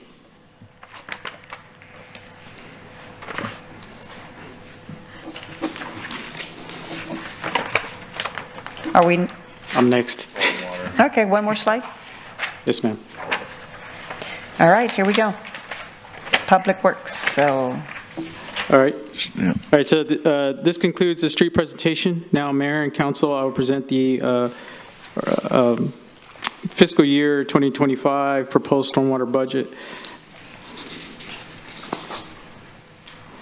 The mission statement for stormwater is to protect life and property through proper stormwater conveyance while protecting water quality in our creeks, rivers, bays, and estuaries. So these are some of our pictures there of our stormwater team fulfilling our stormwater mission for the city of Corpus Christi. So our public works stormwater team is we have, what we maintain is 456 miles of stormwater ditches and channels. We have 680 linear miles of underground storm water pipes, and then 19,602 stormwater inlets throughout the city. Our lines of business are stormwater administration, vegetation management, concrete maintenance for curb and inlets, street cleaning, channel maintenance, environmental services, flood control management, and inlet cleaning and maintenance. To the right of our org chart, you'll see the stormwater breakdown, the stormwater team. So currently we have a 25.9% vacancy rate. That's about 30 positions. But to this, we just actually had a career fair in July, and we hired 10 people in that one career fair for stormwater. And so we also got some on board for streets as well. So we're going to plan another career fair here pretty soon to try to fill the ranks. All right, for fiscal year 2024, the achievements. In January of 24, City Council adopted the first ever citywide drainage master plan. This plan takes a fresh look at the city's stormwater infrastructure with primary objective of developing and prioritizing projects to be implemented over the next decade. Achievement number 2, stormwater crews completed 72-inch pipe installation, the largest in-house pipe installation, and that was at Oso Parkway, golf cart path crossing. Achievement number 3, with 6 in-house street sweepers to date, we have been able to remove 1,630 tons of debris from our roadways. 1,400 tons of debris have been removed by contractors for a total of 3,000 tons. This equates to about 220 dump trucks of debris that has been kept out of the bays, the creeks, and the estuaries. And then achievement number 4, our stormwater team is hard at work this fiscal year and completed a multitude of drainage improvements. Some of those include Bleacher Park erosion mediation by installing drainage pipe. They installed 140 feet of 18-inch line. Bill Witt Park, they installed 300 feet of 30-inch line. Salinas Field, they installed 12-inch pipe to assist drainage of a splash pad. Oso Bay Wetland Preserve, we removed and repaired sidewalk bridge that was needing some repairs, and they installed 80 feet of the 42-inch line. And then we also helped out with homeless encampments, and they assisted the other departments with about 4 cleanups. On the performance measures, we will begin our 4th year of in-house street sweeping. We continue to trend in the right direction with our level of services in our street sweeping program as we initially planned. What you will see in the later slide is that we have completed the initial service enhancement proposal by bringing this service completely in-house by the end of 2025. And we would have a fleet of, we'll end up having a fleet of 13 street sweepers to be utilized for the city. We continue to provide vegetation maintenance at 20 times a year in the right-of-ways, ditches, and easements. We continue to increase our efficiency to maintain our major channels that funnel water to the major bodies of water. And then we also work to improve our level of service and continue to complete more environmental inspections, which helps us identify risks and hazards from making its way into the drainage system.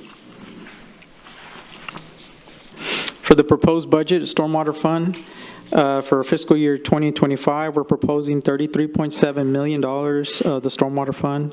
The majority of the budget is used towards operating costs, with personnel costs coming a close second at 24% of the budget. Here we provide a breakdown of the 5-year enhancement forecast, which was approved by City Council as a phased approach and endorsed by the Citizen Committee Group. In fiscal year 2025, we proposed the addition of 5 street sweepers and 2 FTE operators to assist with enhancing our level of service. And we also proposed the creation of a maintenance of lines of crew, which consists of 9 FTEs and some equipment. With the enhancements proposed on the previous slide, these are the goals for levels of service in each of these categories listed here on this table. With 19,000 inlets to service, our goal is to inspect and service each inlet close to once a year. We will continue to hold our vegetation at 20 times a year for street right-of-way for the 2,400 acres, which is 2 times a month in the 8-month wet season, and 1 time per month in the 4 drier months, which is November through February. Street sweeping will continue its transition to a city forces only program with the proposed enhancements. We have come a long way in developing this non-existent program and plan to ultimately sweep residential streets 3 times a year, collector streets 8 times a year, and arterials 10 times a year. In fiscal year 2024, we begin minor channel maintenance program, which currently is on an as-requested basis. This will help to begin our ultimate service goal of maintaining our over 200 miles of roadside ditches every 6 years. Channel maintenance was our first enhancement when the stormwater fee was established, and we'll continue our service level goal of 2-year cycle for maintenance. And then our final enhancement is to begin inventorying our close to 700 miles of underground system that has never been completed before, and the target is to televise 35 miles of line per year.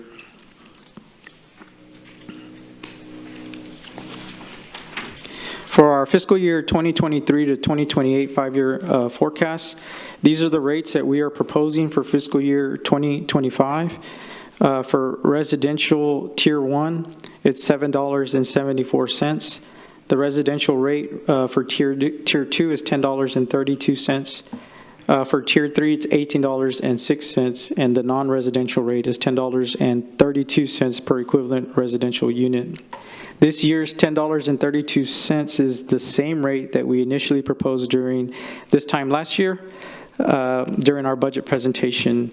This is an overall difference of $1.48 for Tier 2 customers.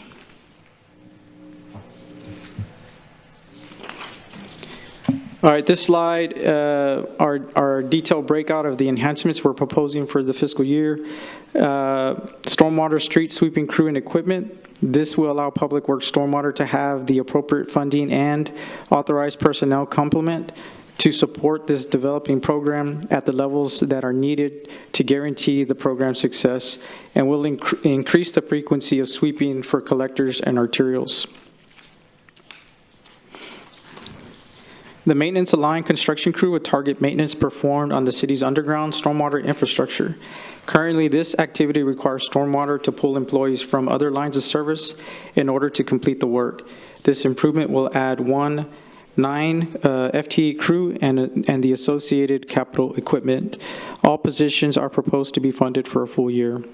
There are a total of 680 linear miles of stormwater pipe located within the city's jurisdiction.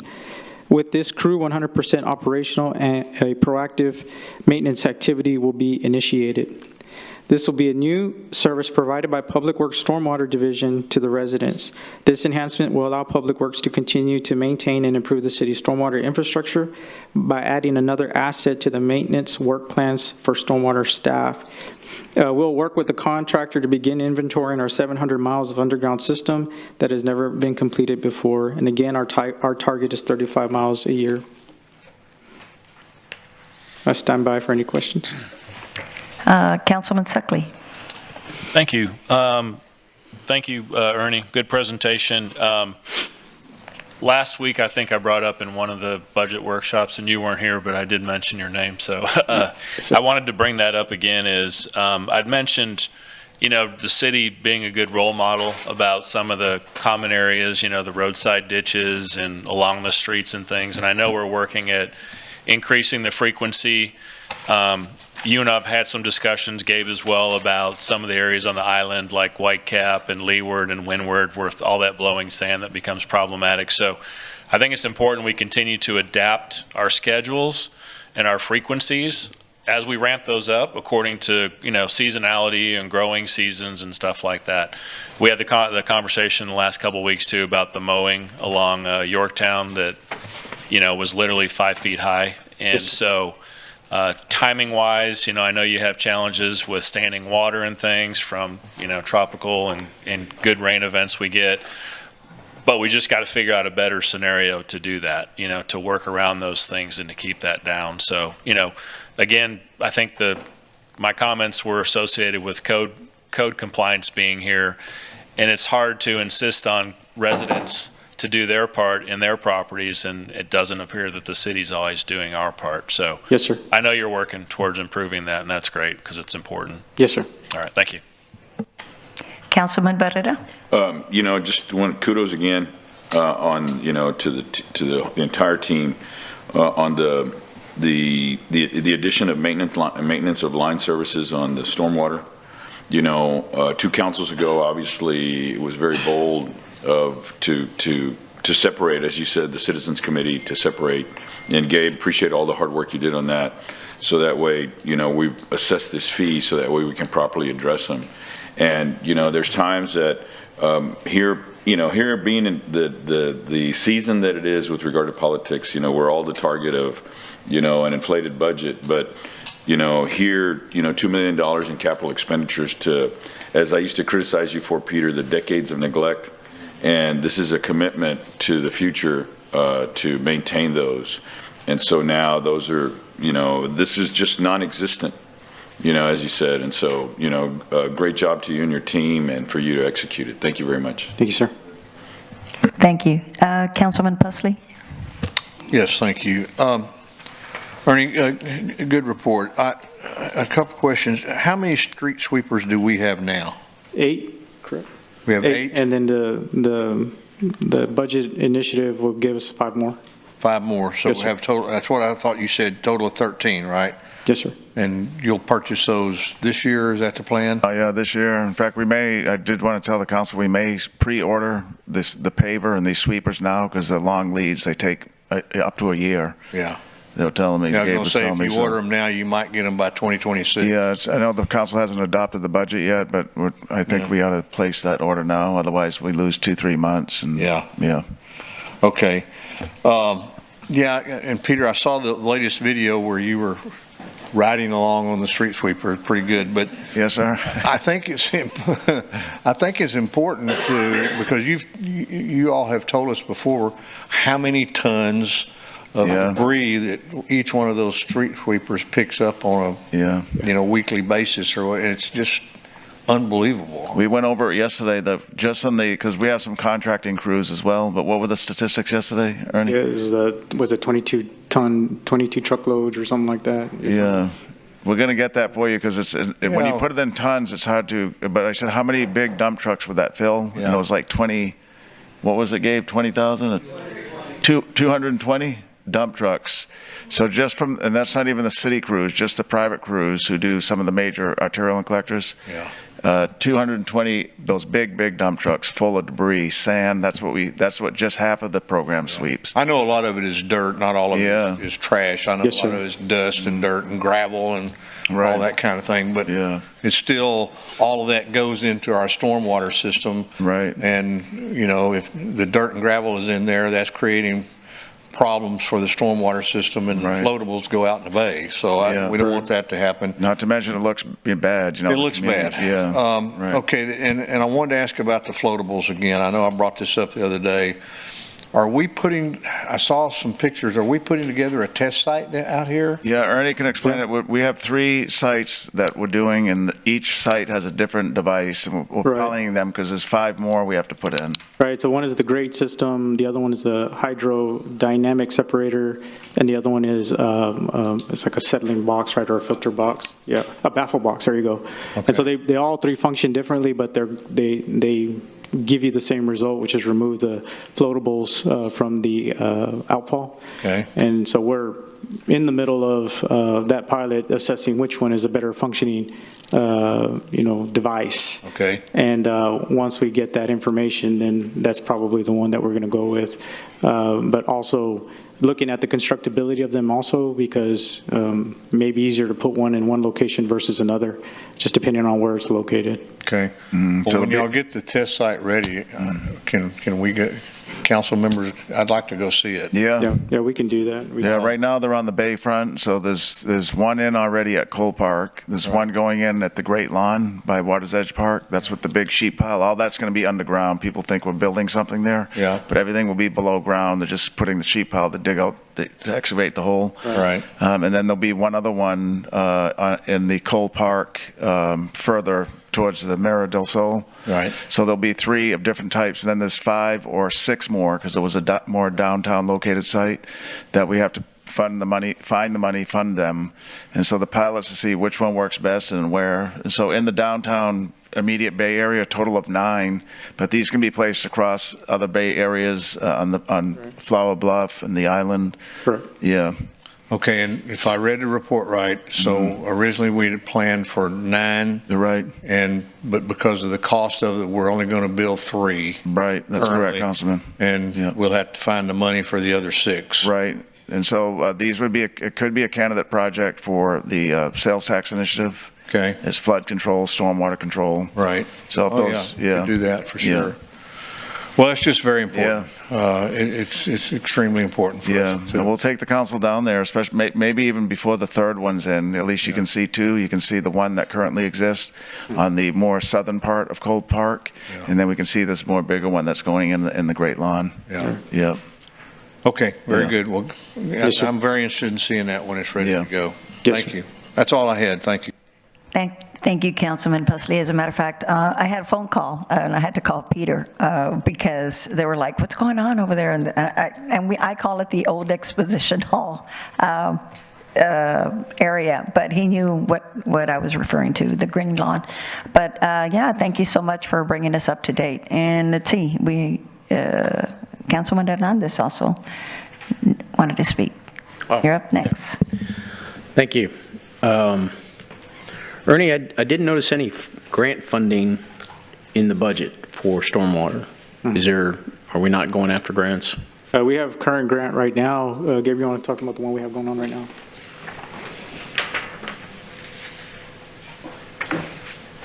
Good afternoon, Council. Assistant Director Gabriel Nojosa. So, yes, currently we do have that Texas Water Development Board grant for the Oso Creek project, which is just a planning and designing grant. Once we're done with that process, we'll be looking for additional grants for the actual construction process. A lot of these grants, they favor shovel-ready projects, and that's kind of what we can now build on with our stormwater master plan, with this Oso Creek planning and design. We can have those projects ready to go after those grants. I know we've talked about the FIF grants before, being on that list. So we do have projects that are on the Nueces County or the Nueces River list, the drainage planning list that we will be available to go after grants with those projects. Okay, and you're referring to the Region 13 plan, right? Correct, sir. So currently, I don't think we have any representation on that board, or do we? No, sir. So that board consists of different entities. So there's one position that's available for the municipalities. I think they're 8-year terms. They've recently, I believe in 2023, elected a new board, but we're actively in that board. Like, we go to the meetings, they listen to us. It's not because you're not on the board, you're not going to have a voice with that group. So currently we do have a voice on that group. Just because we don't have an actual voting member, we still participate in it. Okay, and how many projects do we have on that plan currently? I'd have to get back to you. I'm not sure the exact number. So we have to have projects on the plan in order to be eligible for the state grants? Correct. Correct. Okay. So I think that's considering our challenges with the funding, and I've been working hard to try and get you as much funding as possible, right? Correct. Capitalizing the stormwater portion on the bonds, working hard to repurpose that 1/8 cents tax for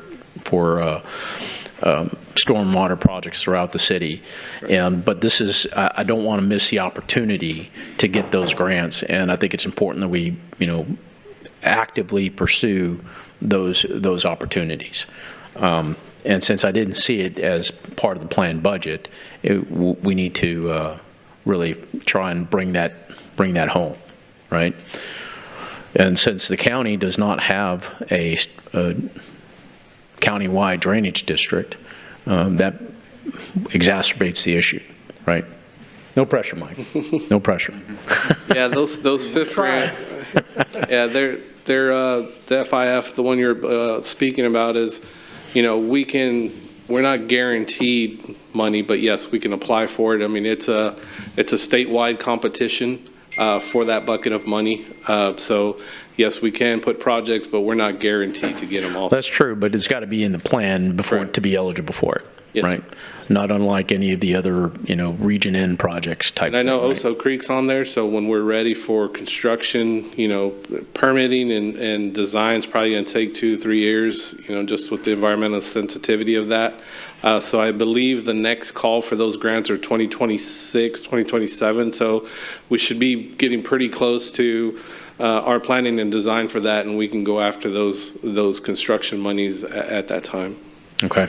Well, let's hope our voters agree with us and vote for that 1/8 cents repurposing for stormwater projects. Sure. And I noticed that you had that on your rate model, a reduction. Is that due to the capitalizing, or does that include the 1/8 cent sales tax if it gets passed? No, that was taking the stormwater to GO bonds instead. Right. Instead of debt service for the street project. Okay, so how would that change if we get the funding for the 1/8 cent sales tax? Would it lower it even more?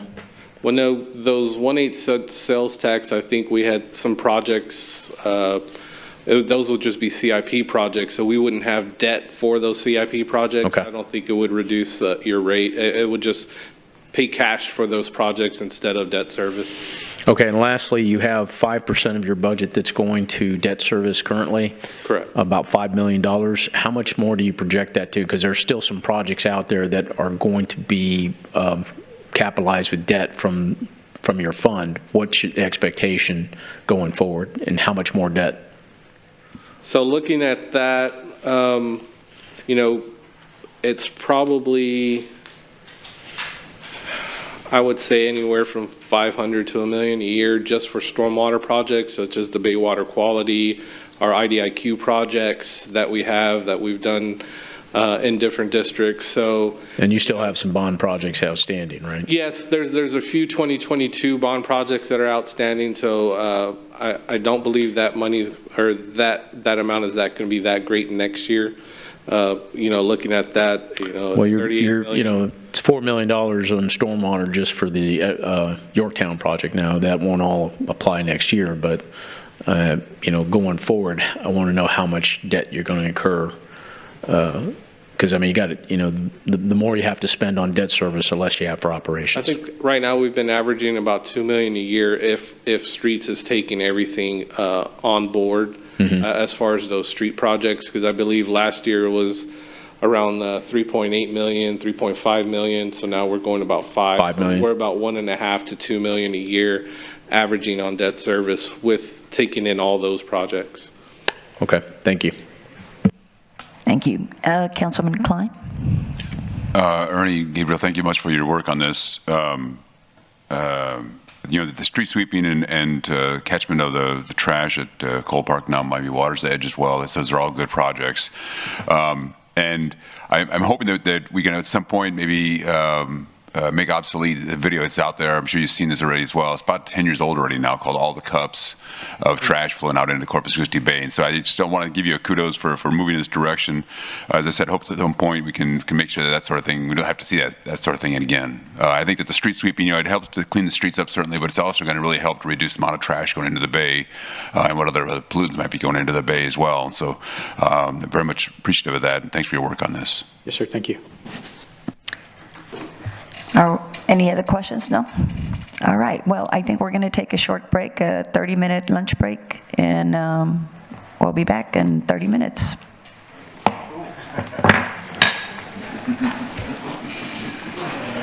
Have lunch?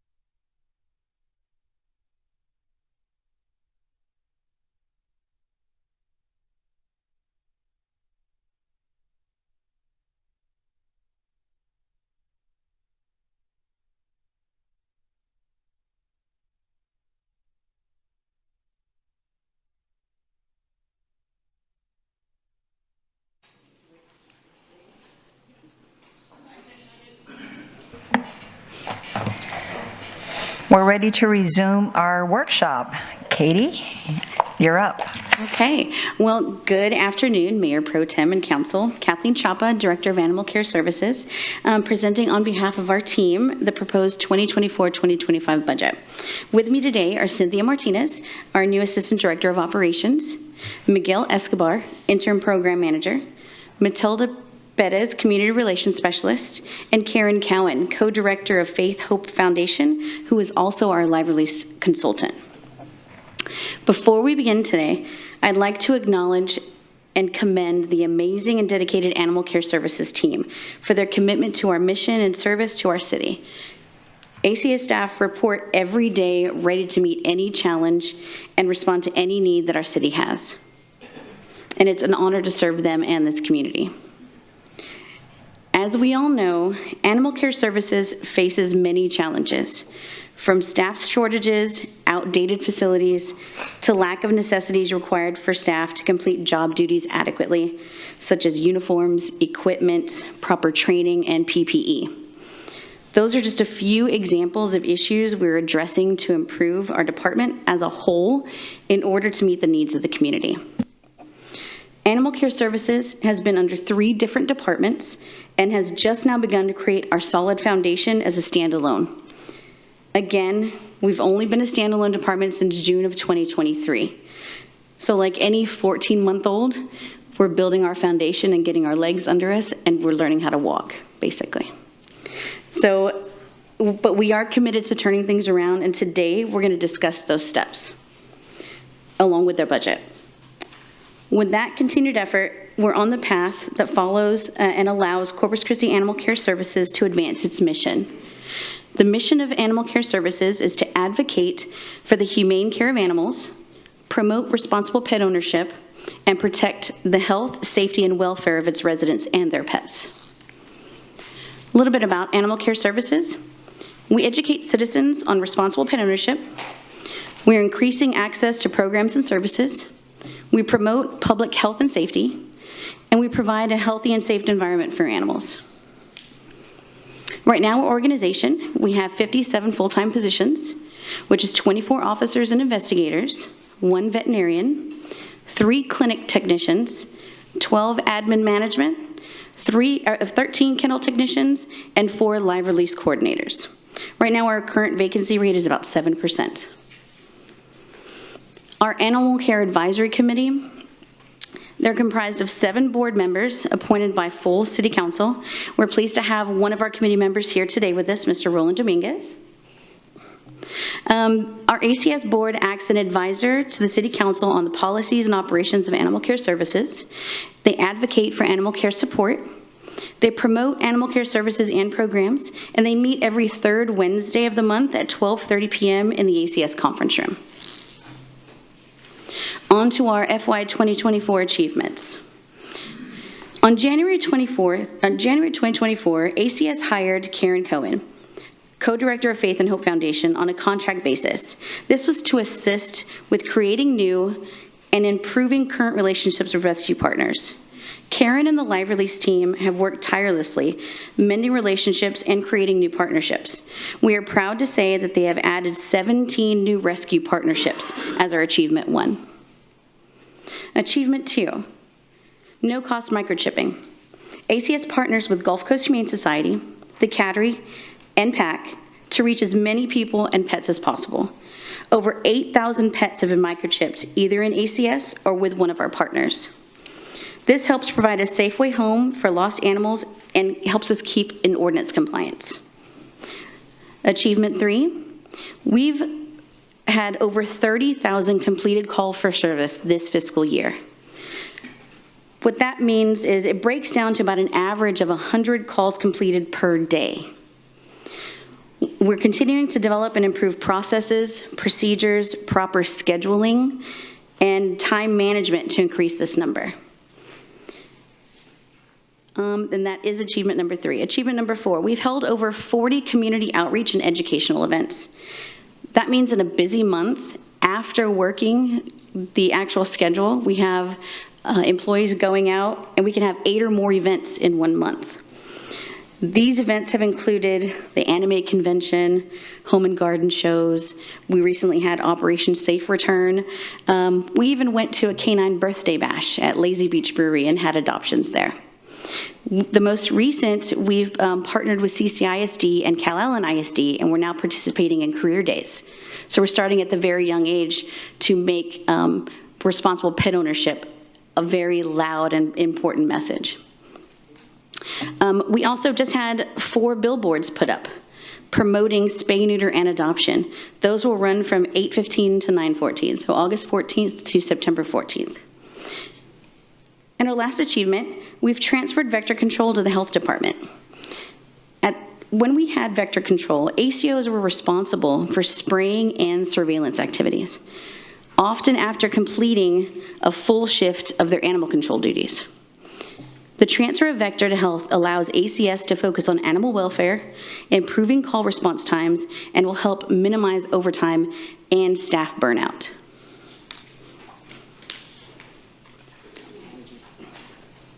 Back one. Citygate Associates. In September 2023, Council approved Citygate Associates to conduct an assessment of ACS. Citygate was founded in 1990 and are comprised of 38 senior public sector executives committed to public service, 4 of which have extensive animal welfare background. They've either been directors for county or city animal service operations, humane societies, and or state animal welfare organizations. They've completed over 600 projects in over 400 communities.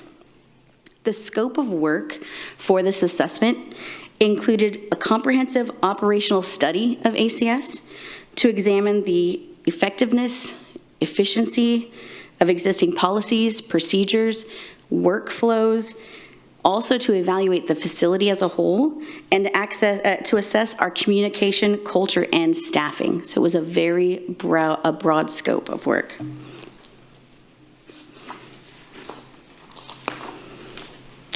The assessment itself began October of 2023. From October 23 through May of 2024, Citygate conducted site visits, interviews, and collected data. The first site visit was December 2023, second in May of 2024. The first draft of the report was received June 28th of 2024. It has been reviewed and sent back to Citygate.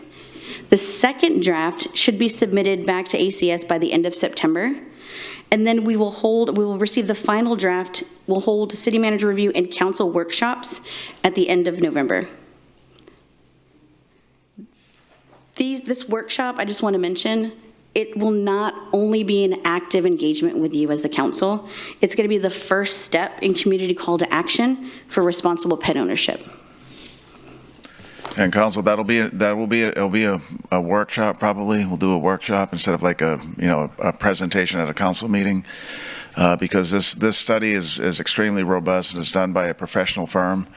The lead reviewer has years of experience in animal care, and her teammates from across the country similarly do. And so it's an expert report, and it tells us what we're doing well and what we need to do better at. We already know we have to do better in this area, and so it'll be good findings and a good report out to the council and the community, and it'll be our work plan for the next couple of years or many years moving forward. A lot of the recommendations take financial resources, but some don't. Some are business operational changes, some of which Katie and her team are already making. But it's the first ever review of our animal care services from an outside group in the city's history. So we have a lot of respect for it. We're looking forward to showing it to City Council. So today is just a briefing. I know Councilman Suckley's asked several times about what's the status of it, and that's it. So the draft reports are just that. It's the two undone or 2 not complete, to share them with the council. And so we'll do that later this fall when we get the final draft. And the consultant will be here as well. The consultant and probably some of her teammates as well. Yes. Will be here, but for the City Council. So let's see, Dan, I know you wanted to say something, but before you do, oops.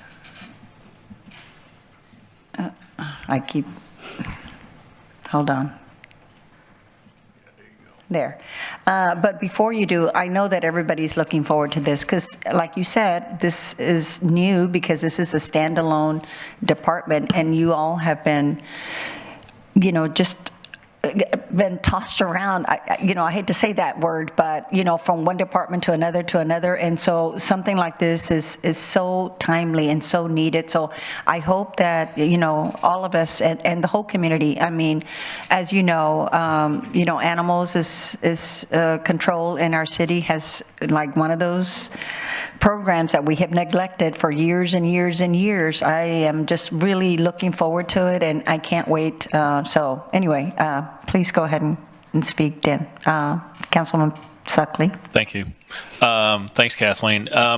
Couple comments, and Peter sort of answered some of them, but with respect to the workshop in 2024, and this is kind of directed towards Peter too, is I hope that we're steadfast on keeping it in November because obviously this council is going to change soon afterwards, and I know a lot of us have a vested interest and have put a lot of time and comments and work on over the last couple of years trying to get to this point of knowing what the assessment is. So I hope we hold firm on the November date.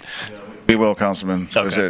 That's several months still from now, so there'll be plenty of time for it to be finalized. We'll get the presentation together, and we have to develop the engagement plan. We'll present it to council, but we do have a lot of advocacy and partner groups that we probably want to sit down with them as well, and maybe even a little bit before that workshop, so everybody knows. We're not afraid of these type of audits or reviews. That's what we need to get better. And so for us, we're real excited about it because this tells us how to get better in this very important area. So we'll make sure this council's there, and we'll have to, the new council that comes in next year, we'll probably do a mini workshop with them or briefing to bring them all up to speed. Yeah. Good. Yes, sir. And lastly, right now is with respect to the fact that you and staff have already seen the draft now for a couple months, is I assume that any sort of recommendations in the budget regarding financial changes, things that are going to be tied to money and resources needed are already factored into this budget. It won't be where we're going to go to the workshop and there'll be a change order per se on the budget because of things we found out in November. There probably would, but it's a matter of given that we had some financial challenges this year, we didn't set aside any money for implementation. Okay. But a lot of the items, at least probably in that first notch of things we have to do, are within the existing budget. It's more business protocol, operational procedures, how we handle pets when we get them in, how we deal with our partners, and a lot of those we either have the money or it doesn't take money, of how we work with partner agencies, how we communicate, how we treat an animal when it comes in, and that type of thing. And there would be, without any doubt, animal care, just like code compliance, the ultimate get better solution is money. We have to really increase staffing levels, increase equipment levels. And in the case of animal care, better that facility. It's really fallen apart at this point. It was built 25 years ago. So, but all those take financial resources, but that won't stop us from getting the base delivery model better. And we can do that with existing staff and monies. I just hate for us to spend all this time and money on this assessment, 12 months of discussions and input and crafting this potential solution or assessment, and then us, shelve it, put it on the shelf because we don't have enough funding for it. So I would challenge staff, and I'm one of 9, but I challenge staff to be prepared in November to identify some other potential cuts in the budget if we need to implement what this assessment is telling us. So that's just me, but that's thank good. you. No, good advice. All right, continue. Okay, we're going to move on to FY 2024 enhancements. First, the director was appointed in May in 2024. The Assistant Director of Operations position was created from an existing position and was appointed in July of 2024. With the appointment of these two positions, we're working to align ACS with industry best practices and standards, and we're also developing, implementing, and will continuously improve the services delivered to the community and their pets. ACS is in the beginning stages of creating a successful foundation by equipping our staff with the proper tools and skills necessary for timely responses. We've implemented process improvements aimed at increasing health and public safety. And ACS now has a dedicated dispatcher to ensure calls are properly assigned, and we've adjusted shifts to increase officer availability. I'm sorry, but can I ask you about the affidavits? I know that that was also one of the things that slowed people down. Did we ever solve that issue? Whenever people had complaints about, certain dogs, there was like an affidavit or something that had to be filled out or notarized, I guess, maybe. Whatever happened with that, just now that I'm... There are different scenarios in which an affidavit is required, and so it could be bites, it could be different things, and there's different time periods that each one of those take, but I'll be more than happy to address that at a later time with you. All right, thank you. Yes, ma'am. Okay, on the creation of Community Relations Specialist position, on April 16th, 2024, the ACS implemented a short-term pilot program with the purchase of 4 6-compartment slide-in kennels for the existing ACS vehicles. We have 4 trucks that were used for vector control, which did not have kennels on the back of them. So on April 16th, 2024, Council approved the short-term pilot program, which adds ACO kennels onto those existing vehicles. With this pilot program, it cut purchase, fabrication, and receiving time in half. We usually take 18 months to receive an ACO truck. With this short-term program, we had them purchased, they've been fabricated, and they're scheduled for delivery at the end of this month. And so that means they will be installed last week of August, first week of September. And then we have an additional 2 vehicles from FY24 that were approved that we should receive in September. That would mean that we'd have 18 total vehicles for our ACOs, and we have 24 ACOs. When you break that down, it's 17 actual officers in the field, the 5 investigators, and 2 leads. Now, the creation of the Community Relations Specialist position. The position was created on September 23rd of 2023, and it was filled in January 24. Community Relations Specialists assist with public relations and developing strategies for improved communications with the community. Since the position was created, ACS has doubled the community outreach events and educational events.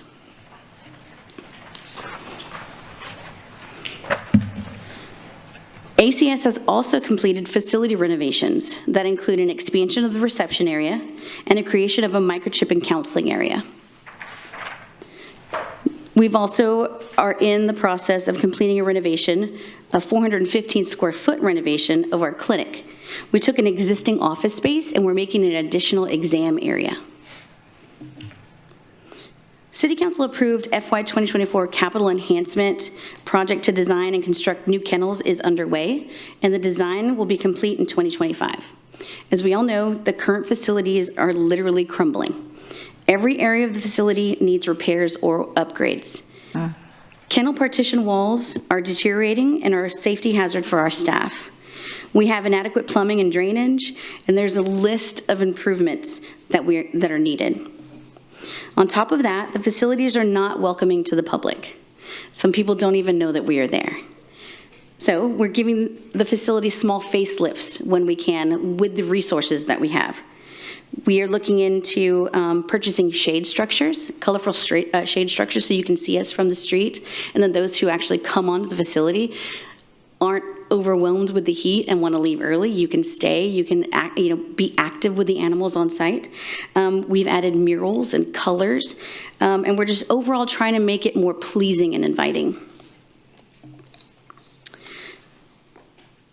The one I'm most proud of is the most recent implementation of a certification pay incentive program, and that was done on July 8th of 2024. All eligible ACS employees who obtain approved certifications beyond their base requirements for their position are eligible to receive a monthly certification incentive. That is $100 per certification up to 3. And that's an extra $300 per month that eligible employee would receive. And as of right now, they will receive their first portion this Friday on their paycheck. So it's the first step in creating and retaining responsible and talented staff. Okay. Okay, thank you.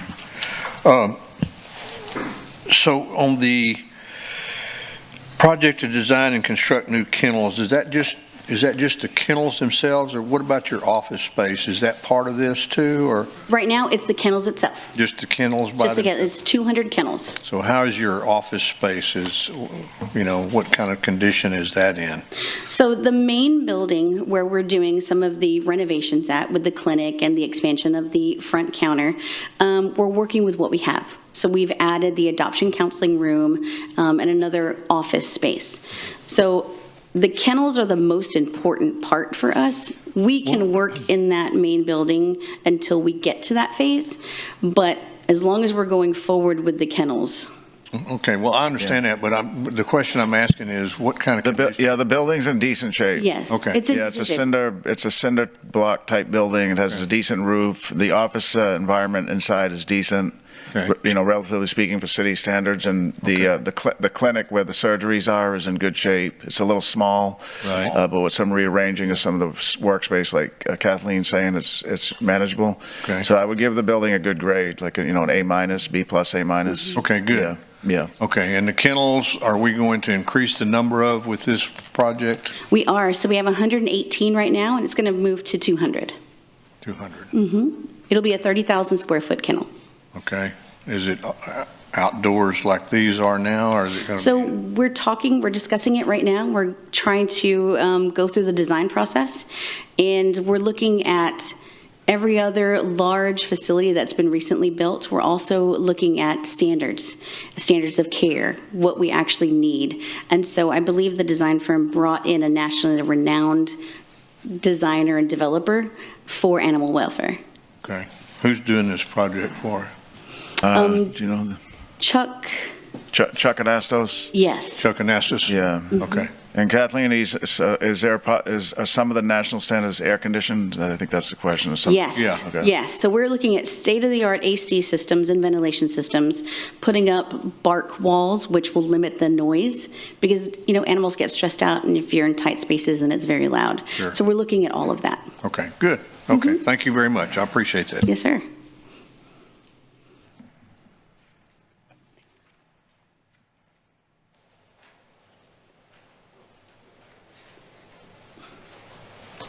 Next slide.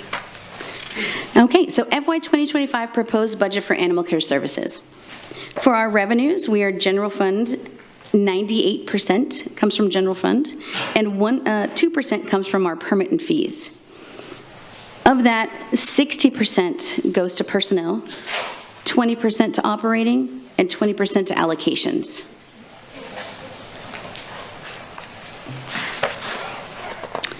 For FY 2025 enhancement, we are proposing the continuation of the spay and neuter program for $250,000. Increasing the availability to no-cost, low-cost spay neuter services is an important part of providing the support our community needs to become proactive, responsible pet owners. ACS staff has stressed the importance of our existing partnership with People Assisting Animal Control, which is PAC, and the Cattery for public spay and neuter services, and the city manager agrees. Between the Cattery and PAC, over 4,000 reduced or no-cost spay neuter surgeries have been performed since the inception of the program. Councilman Connor. Thank you. Thank you, Mayor Pro Tem. How many different veterinary clinics do we work with for the spay and neuter programs? So we work with 2 agencies, which is PAC and the Cattery. And which veterinary clinics do they work with? So they bring in their own veterinarians to their facilities. Okay, so do you know who they are? I do not. Okay, so But I I can think get it's that only 2 of them. And I two think PAC different clinics. I think Is PAC that has not like right? 5 veterinarians that they have on staff, at least. 5 veterinarians from 2 different clinics. Is that not correct? I can get that information for you. Okay, so all I'm trying to suggest is that there's a lot of veterinary clinics in the city, and if they were offered the same opportunities, I think we could spay and neuter a lot more animals a lot quicker, more efficient, et cetera. Yes, sir, and I do know we went out for bid for this, and we went out, and then no one responded. We closed it, we went out again, and these two responded. And I would say that those veterinary clinics had no idea, just FYI. I meet with them all the time, I'm very close with some of them. Some of them are big supporters of us up here, and they were not informed, were not aware. But they would like to help. They would. That is good to know, So it's because we're good going to start news, looking at other surfaces. and I think that a lot of them would even have some opportunities to add to our volunteer opportunities. So, Okay, so thank you. thank you. Sounds great. That was it. Okay. Next time. Kathleen, can you just, Cynthia, just on that chart there, we went over this recently, but you can see that the majority of the free low-cost surgeries are in City Council District 3, and that's due to identified need of, Yes. right? So we had an email that came in recently about how do we decide. It's really, it's not us necessarily deciding, but it's where the need is and where clients come in for service. Correct. In our contract for this, it states they are allowed to schedule those, but look at income and different ways that they schedule. So I know Pat goes by zip codes most of the time, and then income. So yes. It's almost 2 times as much as all the other districts in District 3. I noticed Which is that. where the need is. That's where the identified need is, both from what Katie said, the criteria includes income of the family, number of pets, a number of animals, right? Mm-hmm. Yeah. Okay, so for our FY 2025 reduction, we're proposing to reduce 2 vacant kennel technician positions. That would leave 11 remaining kennel technicians for FY 2025. Now, in saying this, according to American Association of Shelter Veterinarians and National Animal Care and Control Association, for our facility size, we would require at least 11 kennel technicians every morning to clean and care for the animals. Reducing our kennel techs by 2 would place us below the number of hours needed to maintain the facility, and additional strain on our already overworked staff. So when I say that, this means doing that would lead to maybe pulling officers out of the field to help do the other operations on the facility that kennel technicians do. Meet and greets, enrichment of the animals, things like that. So are you saying that we have to keep it at 11 kennel techs? I need at least 11 to clean and do that in the morning to function. But again, we are a 7-day-a-week operation. So if I only have 11, I have to space their schedules out for 7 days. So that means I may have 6, 5 on certain days. And so it takes them all day to meet the standards of care, the disinfect time and all of that. So they're cleaning from 7:30 in the morning to 4 o'clock in the afternoon. Mm-hmm. Yes. Wow, okay. Any other questions? Oh. Councilman Klein? Thank you, Mayor Pro Tem. Thank you, Kathleen. Appreciate the presentation. A couple of questions, I guess, thinking about the kennel techs here, and I think somebody asked this question about expanding the size of the number of kennels. Isn't that going to call for increase in this number of kennel techs as well then? It will, because we'll be going from 118 to 200, and so we'll have to assess that. Now, saying construction for this, we're going to put it on, I believe, on the 2026 bond, and so that means construction, by that time it'll be 2027, maybe even 2028, hopefully not that long, by the time it's done. Right. And so we'll be looking at that, yes, definitely. Right. So an increase of 30% increase in number of kennel technicians, or a 50% increase? Yes, because as of right now, if we look at the standards of care, we would need at least 18 full-time kennel technicians right now to cover what we have. Right. You talked about the community relations specialist, and I think that they've probably got a pretty full plate, I suspect, already. Are they done any of this, any or sort of PSA, public service announcements, to try to get the word out about spays and neuters and about the services being offered through animal care services in that area? Yes, we are actively talking to the newspaper, different media sites. She is on all of the social media sites.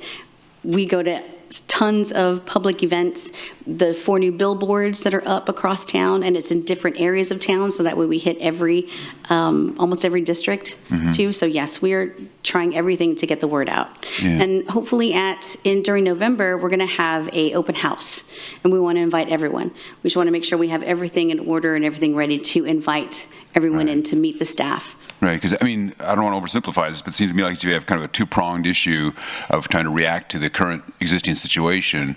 But I think at the same time, it would be wise to try to get out in front of this as well. So at the same time, you're trying to handle the number of animals that are out there now already as well. We need to be trying to do what we can to reduce the size of that stray animal population down the road.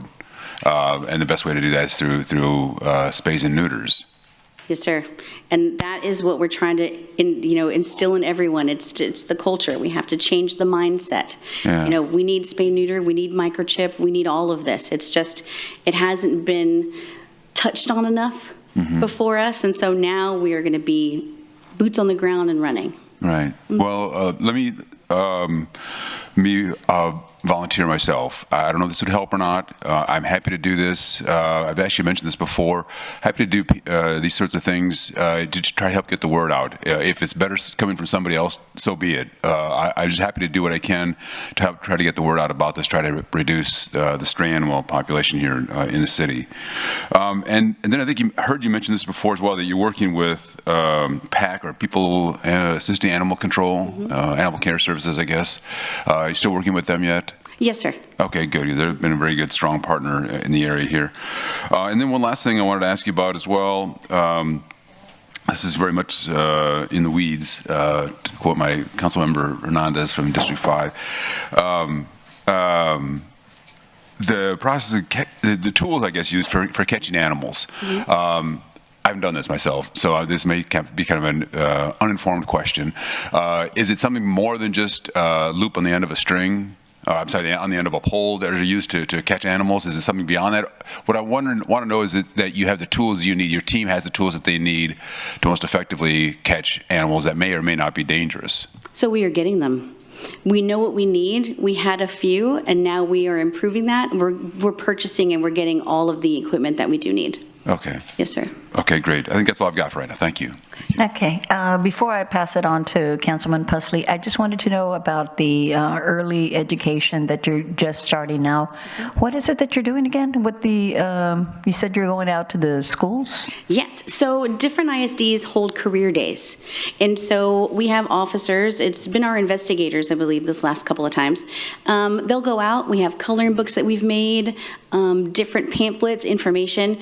They go out and teach the kindergarten, first, second, third graders about proper pet care. If you have a dog, this is what you do, things like that. And so we all know, once you have children, you listen to your elementary school children. Yeah. You want to hear about their day. And so if they go home and they talk about responsible pet ownership, their parents are listening. Once you get to middle school and high school, you don't really ask them questions. But that's why we're targeting first is the younger. Okay, and so is this like all CCISD or Flower Bluff, or what school districts are you targeting, or how do you get invited, or how do you? So I believe Matilda has reached out to the ISDs. Right now, CCISD has said yes. We've gone to a couple of their schools, and Cal Allen ISD has said yes, so we've gone to a couple of them. I know she's been reaching out to Flower Bluff, West Oso, and everyone else. So we're going to try to get into every ISD to do this. Okay, well, good to know. All right, Councilman Pusley? Yeah, thank you.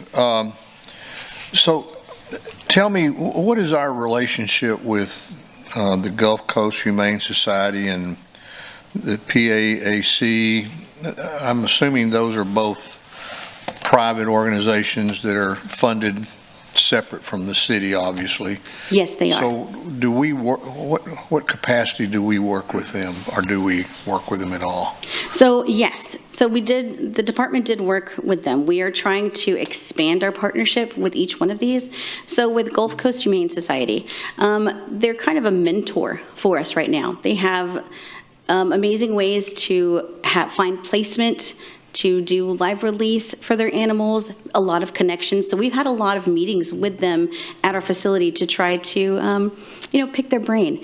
I am not about reinventing the wheel. So if someone knows how to do something right, we're going to ask them the questions that we need to ask. And then PAC, we partner with them for the spay-neuter services. We also partner with them with other things. We're looking into maybe even expanding clinic operations with them, day-to-day rounds, having extra veterinarian access, but that's stuff that we're looking into for the future. Okay, does the Gulf Coast Humane Society, they don't pick up dogs, or do people bring animals to them, dogs, cats, whatever? So they're a rescue organization, and so they do take a lot of our animals too. Okay. Okay, so we pass animals on to them that they put into adoption programs? Yes. They also help us out a lot with x-rays and things like that for animals that are injured. Okay. Are they privately funded, or how are they funded? They are privately funded. Okay. Probably have a nonprofit status, but their funding comes from, donors, donations. We don't provide any, we don't have a contractual relationship with them. We do, though, with PAC. We have a $150,000 spay-neuter program contract with them. Yes. Okay. Okay, very good. Thank you.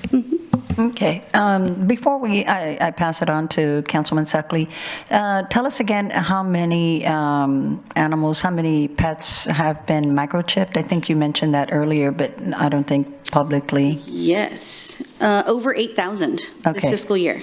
And so the question was, is that like a good year? And, I had asked you, well, what is that in comparison to? But you said since you had not been keeping up with the numbers, you really don't know. So we're going to be starting with this number, 8,000, I guess. Yes. Well, what I said was it's our first standalone really year. It's more than last year. And so this would be our, quote, record year, because that is a lot more than last year. And now that we're standalone, this will be our base, basically. And we want to make even more. Yes. And I think that's good for the public to know. Yes. Councilman Suckley? Thank you. Just kind of reiterating, Councilman Klein stole my question again. But it was really regarding page 51 and the spay and neuter program, and how District 3 has more than double any other district. And I understand, Cattery and PAC are physically located in District 3, so they sort of have an advantage probably from logistically and top of mind for people. So I just encourage the city to really target some of those other areas, use more of their resources pushing out to the other districts, because we certainly know District 4 has its share of stray population issues out there. So just if we can better allocate the resources, I think that's important. Yes, sir. Thank you. Thank you. Councilman Hernandez? Okay. Thank you for your presentation.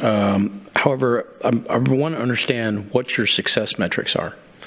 Like, what is successful? Like, is it the increased number of adoptions year over year, placements? Is it the reduction of stray dogs in the city?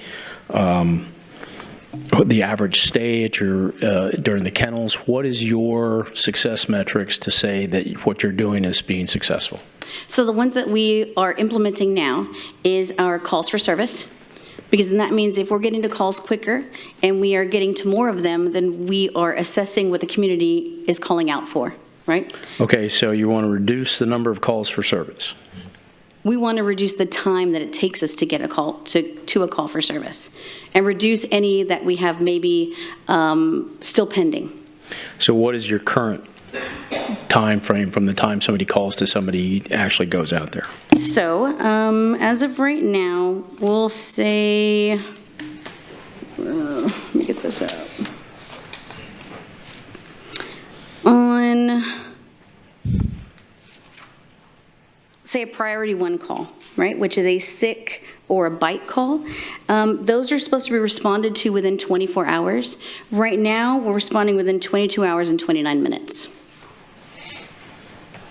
So if we can make that better, then that's a goal. We're still meeting what's required, but I kind of don't like to just meet what's required. I'd like to be better than that. Okay, priority 2 calls? Those are at 98 days. Priority 2 calls are animal versus animal or a trapped aggressive. So we're working on those. And what's the standard?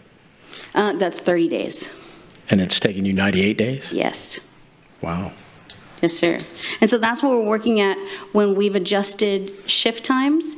We've adjusted our number of ACOs out in the field during one time, so they're getting to those calls. Okay, so what's your next metric? Would be our number of adoptions, rescues, or fosters. We're building those programs right now. We went through each of the applications, MOUs. We are adjusting and improving them. And so, like with the 17 additional rescue partners, that's a huge bonus for us. And that's another thing that we're measuring, is how many more partners we can bring in, how many adoptions we've done and increased by, and how many rescues are going out. Okay, so that would also reduce your time of stay. It would. Right? So I would imagine that's part of that adoption. Yes. Okay, what else? See, calls, length of stay, which is also part of doing that, are increased. Also, our existing programs, we're enhancing that too. So we have right now, say, our Wolfpack Readers Club. We invite children to come in and read and just interact with the animals. Doggy Day Out, foster programs. We want to add 1 or 2 a year going forward to make more things that the public can be involved in. Okay.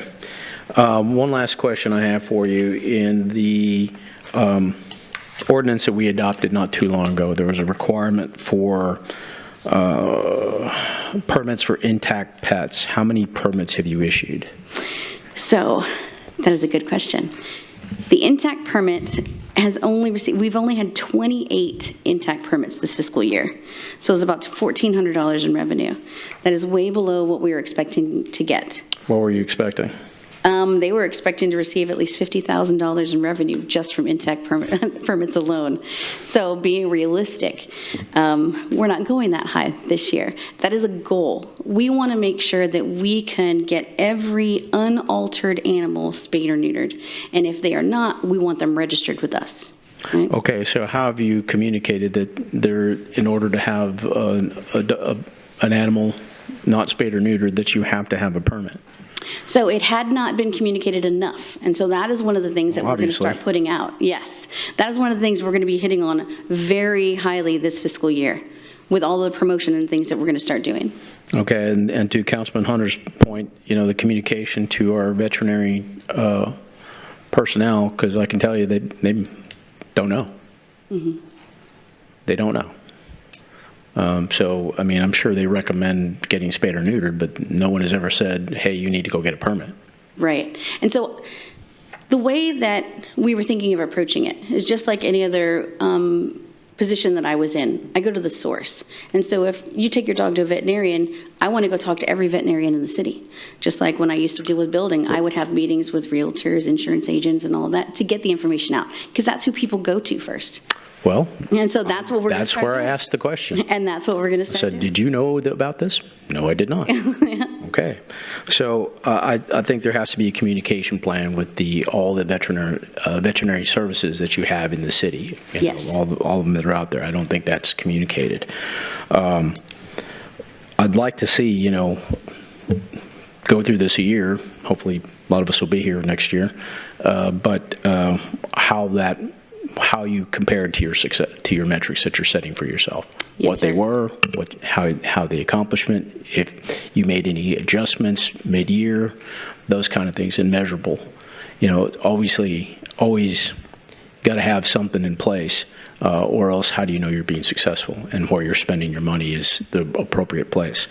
Obviously, you're aware that we've had a lot of issues with animal care and control, which is what the legislation, what the ordinance says, right? Yes, sir.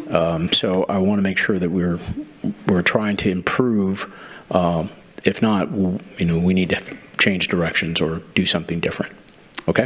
Yes, sir. Thank you. Okay. The only other thing I wanted to ask is about the hours of operation. I know I've reached out to you after, I guess, 5 o'clock. Can you remind us what is the protocol for having For your hours of operation, like after 5, what kind of calls do you answer to? Because I know when I called you, it was after 5, nobody was able to help me. I had to reach out to you directly. Well, and now with the restructuring and making shifts, we now have a shift that goes from noon to 9 p.m. Okay. Yes, because looking at all of the calls that we were receiving, we've adjusted, and a lot of calls that were done or that we've received at 4 o'clock weren't being serviced until the next day. Yeah. So that's why we adjusted, and now we have 4 people staying till 9 p.m. Okay, and how is that working? When did that start? 2 weeks ago? 2 weeks ago. Yes. Okay, so that would be another measure that we would need to look at. Yes. Oh, all right, and we also... I missed one question here. I noticed on your line item budget that you had an amendment to your professional services from what was originally budgeted at $429,000, and you ended up at the end of the year with $956,000 under professional services, and you're budgeting $374,000 for this year. What was that spike, and why did that go up in the professional services side? We had a lot of one-time contracts between that time. So we had Citygate, we had contracted a kennel cleaning company, or a company to help come in and clean kennels, because the council realized and knew that we did not want the officers in cleaning instead of out in the field. And so we had contracted for a cleaning service. It was that. It was also... Well, how did that compare to having kennel techs full-time? Is there an option to supplement your kennel techs with a cleaning service? So there is, however, that brings in the possibility, because they don't know exactly what the standards of care are, and I can tell someone, you need to have the disinfectant sit for 10 to 15 minutes. You need to use this color. You need to do that. They're going to come in and they're going to clean, right? They're going to come in, they're going to clean, and they're going to get out. That would possibly spread the diseases from one kennel to the next, and we can't have that. So, and that was one of the things that occurred, I believe, once during the cleaning. We had parvo spread from one kennel to the next. Yeah. Okay, so you have there's not a service that provides that kind of training. I mean, that kind of service. So you're kind of in. I guess you would have to do specific training for those cleaning services. Yes, and actually today our kennel technicians are going through kennel tech training. So how does Gulf Coast Humane Society and Pee-wees, and then how do they manage that? Is that through volunteers? What is that? They have a large volunteer base. Is there an opportunity for us to look for volunteers? There is, and we've actually had a lot of meetings with Gulf Coast to see what they do and how they do it, so we can do the exact same way to grow our volunteer base. Okay, so to grow volunteer base, okay. And you don't have any currently? We have some, yes, sir. We have some, and it's getting a little bigger. So now with Matilda's help, we're promoting to bring in large companies. So Texas Roadhouse has actually brought in, 20 of their servers. How many times? At least 3 times already, to come and volunteer during the day. So they help with enrichment, bathing animals, feeding, all of that good stuff. So it's kind of like a corporate retreat kind of thing. Okay. Yes. All right. Thank you. Yes, sir. All right, I don't think there's any other further questions. Thank you. All right. Have a good one.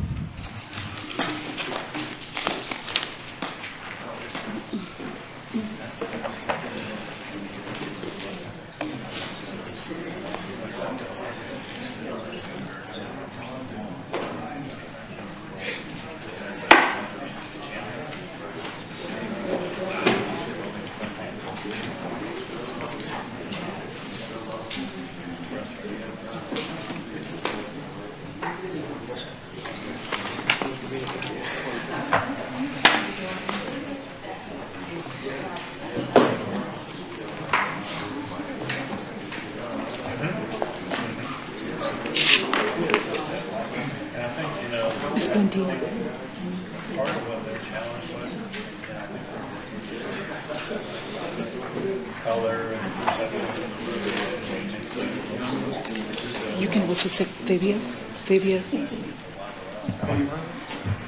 Okay. I had a question for her. I forgot what it was. Dr. Khan, are we ready for your presentation? Good afternoon, and thank you, Mayor Pro Tem, Council, City Manager, Dr. Fawzia Khan, Public Health Director, and in my team today, I have Dante Gonzalez and Michael Perez, Assistant Directors. I also have Ms. Valentina Costley. She is our Senior Management Analyst, and with me from the County, Director of Health and Wellness, Dr. Xavier Gonzalez. Why do we exist? Our mission is to prevent disease, disability, premature death, promote healthy lifestyles, and protect the health and quality of the environment for all residents of Nueces County. How do we do that? We do that with the help of 110 FTEs that we have. This is how we are organized. We have some contractual services that are provided by our local health authority, our pathologist and pharmacist, and these are required services to run our health department. Currently, we have 110 FTEs, 48 of them are on journal fund, and we have only 2 vacancies. So overall, our vacancy rate is 15%. Sure thing. My team provides services to the community, and in the past year till date, we have provided 10,000 plus clinical services, we have inspected 4,000 plus retail food, and we have processed 11,000 plus communicable disease samples for diseases such as STIs, syphilis, gonorrhea, chlamydia. Some of the achievements: public health begins with education.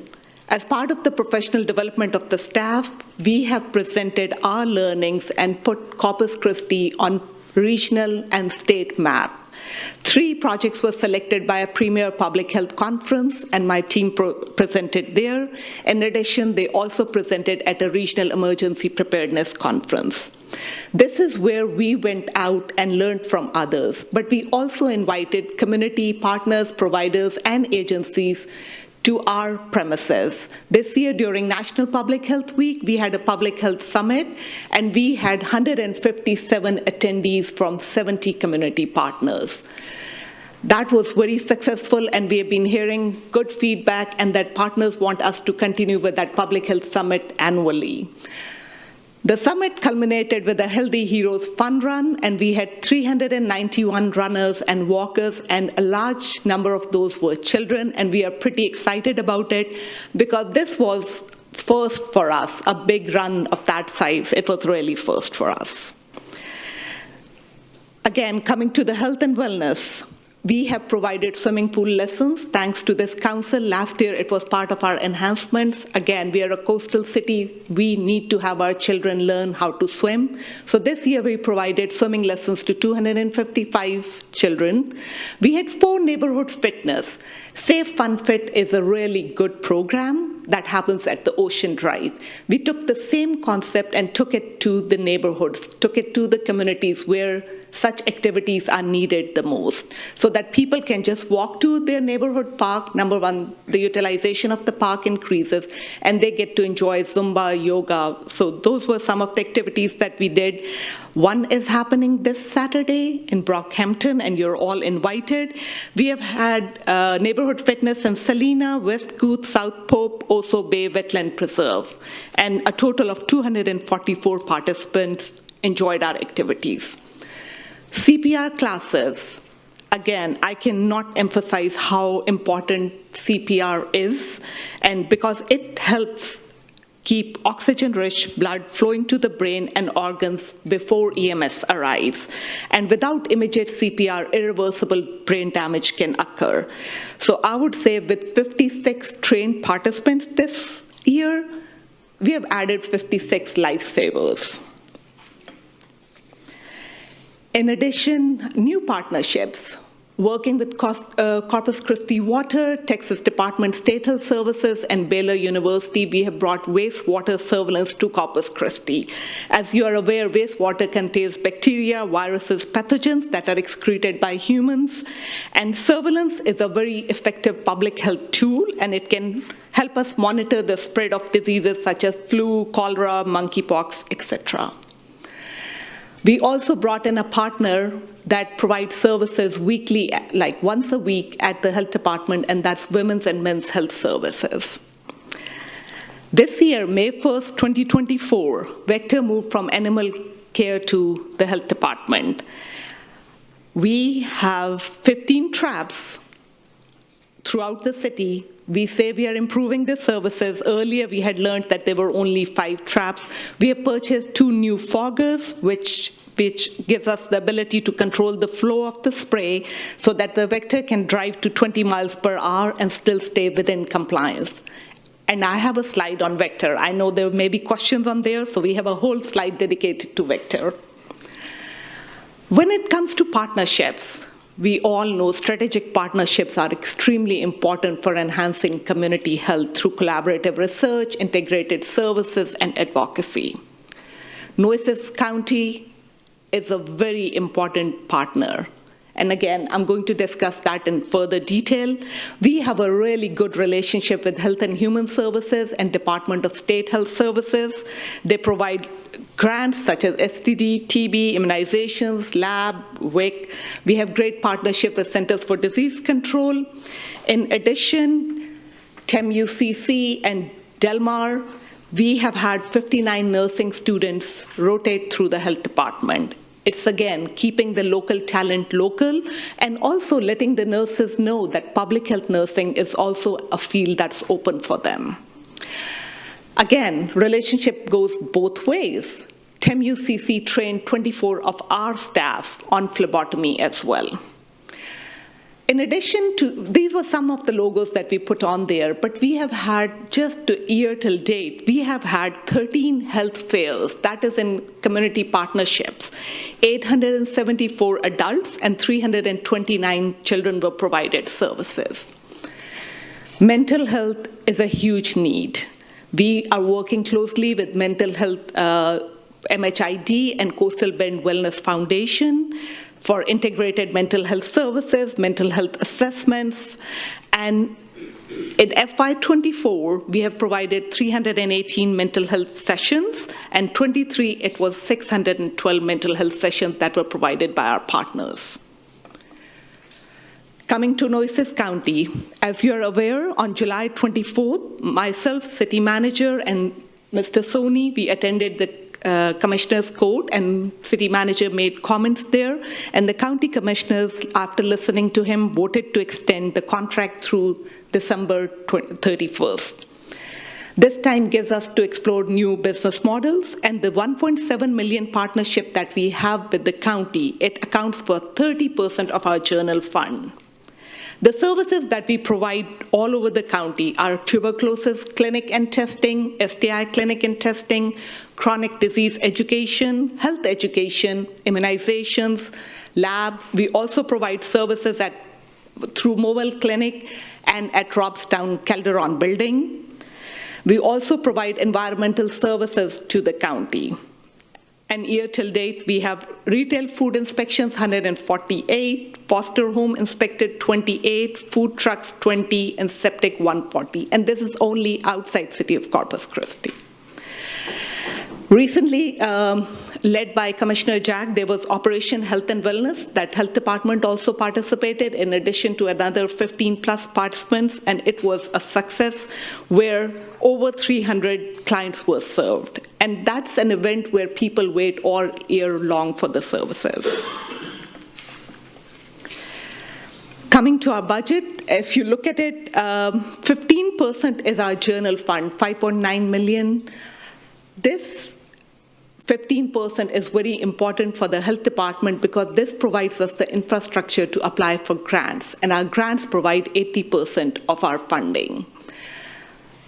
We are very close to what we were last year. One of the grant ended this year, so we have a variance, and we have some small variance that I have a slide for everyone in detail.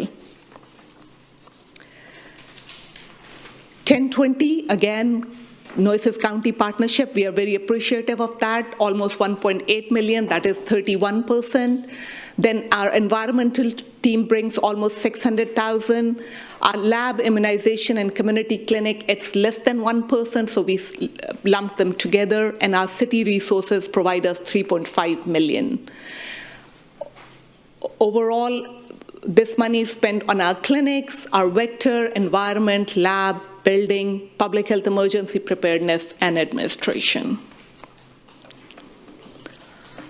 Our proposed budget for 1046 waiver total is $500.5 million, and it's only 1% of our budget. We'll be using some of that for 2 foggers that we need to upgrade the equipment for Vector. In addition, the professional services, some of the services that I mentioned in the very first chart, like our mental health services, local health authority, pathologist, pharmacist, Safe Fun Fit, Endurance Vest, these will be paid by this $0.5 million. Charity Care Waiver Fund, $1.8 million. Again, some of this will be spent on operation, personnel, and allocations. We have 10 positions on this funding.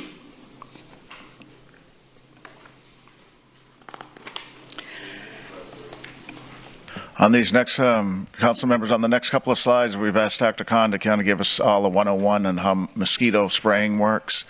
So if you're interested, this would be good to tune in on the next 2 slides. Go ahead, Dr. Khan. Yes, sure thing. Again, as the program transferred, the Vector program transferred to Health Department, we wanted to do it right for our citizens, for our city. So we are requesting 4 Vector positions. Previously, we borrowed 2 positions from Parks and 2 solid waste, but we would request our own positions. We also bought 2 foggers this year, and we are requesting replacement of, because the old equipment is really, really old, and it's just hanging with duct tape. So we are requesting 2 additional foggers. Again, new equipment brings us more ability to do, and it will be able to track. We are looking for a software as well, because that will give us the ability to track Vector vehicles in real time, showing streets that will be serviced. It's going to show the application of chemicals being sprayed in real time, and also it will be able to provide reports that show daily, monthly, yearly, and historical activity of Vector control. Can you go back one? I'm sorry, Dr. Khan. Sure. So that's the new fogger there on the bottom. It fits in the back of a pickup truck, and you can see a picture of it discharging some of the spray in the top picture. Yes, the mist that comes out. Right. Yes, the mist that comes out, it sprays in the front of your house and the roads that it passed by. And on the next slide, I'll show you there are 2 ways of doing it. This mist that we are doing is adulticide. As you can see, this is the life cycle of the mosquito. So we can treat mosquitoes at 2 stages of life, the adult and the larva stage. We would say adulticide is already too late. We need to reach out when they are still at the larva. So larva side, we do it by throwing dunks in standing water. That is done between 8 to 5 p.m. so that can kill the larva before it becomes an adult. Adulticide is done between the timings of 8 p.m. and 5 a.m. It happens at nights, and that is why sometimes you may hear from clients like, I never heard a truck or something. That's the possibility, because it may be at 2 a.m., it may be at 3 a.m. when they pass by. Dr. Khan, I have Councilman Pusley that wants to speak. Yeah, I know you're not done yet, but so a couple of quick questions. This is very near and dear to my heart. I get more calls about this than just about anything, and I have felt for years that vector control is a stepchild of the city, and that it was never properly and adequately funded. Right, we would agree with that, Councilman. The code officers were doing it as on an overtime basis. Yeah. So that's why we broke it out and put it into health, who has an environmental section. Okay. There's a division head, so to speak, and the 4 positions. So there's an extreme focus on it, where before it was just it's other duty if you had time. Yeah. You know? Okay. Yeah. So how many foggers do we have now, total? We have 6. 6? Mm-hmm. Okay. You have those in-house? Yes. Okay. And with those 6 foggers, how long does it take you to cover the whole city if we have a rain event where, we have a lot of mosquito issues? We go by 10 miles per hour. The old foggers, they go by 10 miles per hour. We have been doing better with the new foggers. But again, with 4 staff and the trucks, we cannot do the whole city in one day. No, I didn't ask that. I asked, how long does it It's take? 1 week, right? It takes an entire week, Yeah. 7 work days, 7 days, not 5 days. To cover the entire city. Takes Yes. 7 days to do the whole city. So recently, we covered the whole city in 7 days. Right. When we had this excessive rain, and we repeated the whole cycle again for 14 days straight. Okay. Yes, sir. the staff have been working over weekends and holidays as right. well. Yes. So they're doing spraying and larva control at the same time? We are doing both of them, yes. Okay. But as they pointed out, Councilman, it's important to point out here that the fogger drives down the street at either 10 or 20 miles an hour, depending on the fogger. Yeah. And it's just capturing the mosquitoes in the front of the house because that mist can't get behind the house or over fences. Sure. So it's really the front yard. So when the community calls and says, "Hey, my backyard's full of mosquitoes," this spray device won't get back there. Yeah. Because that's why I showed those pictures. You can see the fogger, the range of the fall of that chemical is probably the front yard, and that's about it. Okay. Yeah. Thank you. So are we using the same kind of chemical that we've been using for years, or are we using something new and different? We are trying to finishing up what we already have, but we are buying new ones as well. Because we have been, again, in the past 2 years, the rain was not that much. This year, because of the heavy rain, we are running out of chemicals pretty fast. And we now need another 24,000 to spray to buy more chemicals. Okay. Is it the same though? Is it a different product? No, we are doing Same. different, and Dante Okay. oversees Vector, so he'll answer that. Yeah, those are really good questions. So unfortunately, with the mosquitoes, what they do is they develop resistance. So we have to keep rotating the chemicals to make sure that the mosquito is not developing resistance. The same thing with the larvicide. We want to make sure that whatever pesticide or chemical that we're using is getting the maximum amount of killing the mosquitoes. Okay. Yeah, so right now we're in a rotation. We've heard the public, we've heard the complaints, we've heard from pretty much everybody here as well. We are looking for different chemicals to be able to spray the canals. Because right now with the chemical that we have, we're not able to spray near the water, and that's just the chemical that was chosen before. So as we move forward and we progress, we're looking for different chemicals to be able to address those sections. Okay. But we are doing larvicide. So I think the community and the public doesn't understand that we're still doing larvicide. So if you look at the picture, the larva is not able to come out, but we're still not able to treat the backyards. Okay, we were always told years ago that the chemical that the city sprayed only killed mosquitoes that were flying. Is that still true? Yeah, no, that's still correct. So the pesticide has to touch the mosquito. So as we're fogging, as the mosquitoes are flying, that's the only way that the pesticide is going to be able to reach the mosquito. So if the mosquitoes are hiding behind like tall grass or behind structures, if the pesticide doesn't reach them, it's not going to kill them. So they're still going to be laying eggs. So that's why it's important that we do it at night. And also when there's vehicles in the road, we have to stop the sprayer. When there's people walking on the roads, we have to stop the sprayer. If there's kids running in behind us and their bikes, which they used to do in the past, we have to stop the spraying because we don't want to we don't want to pesticide the children or the community, right? Good.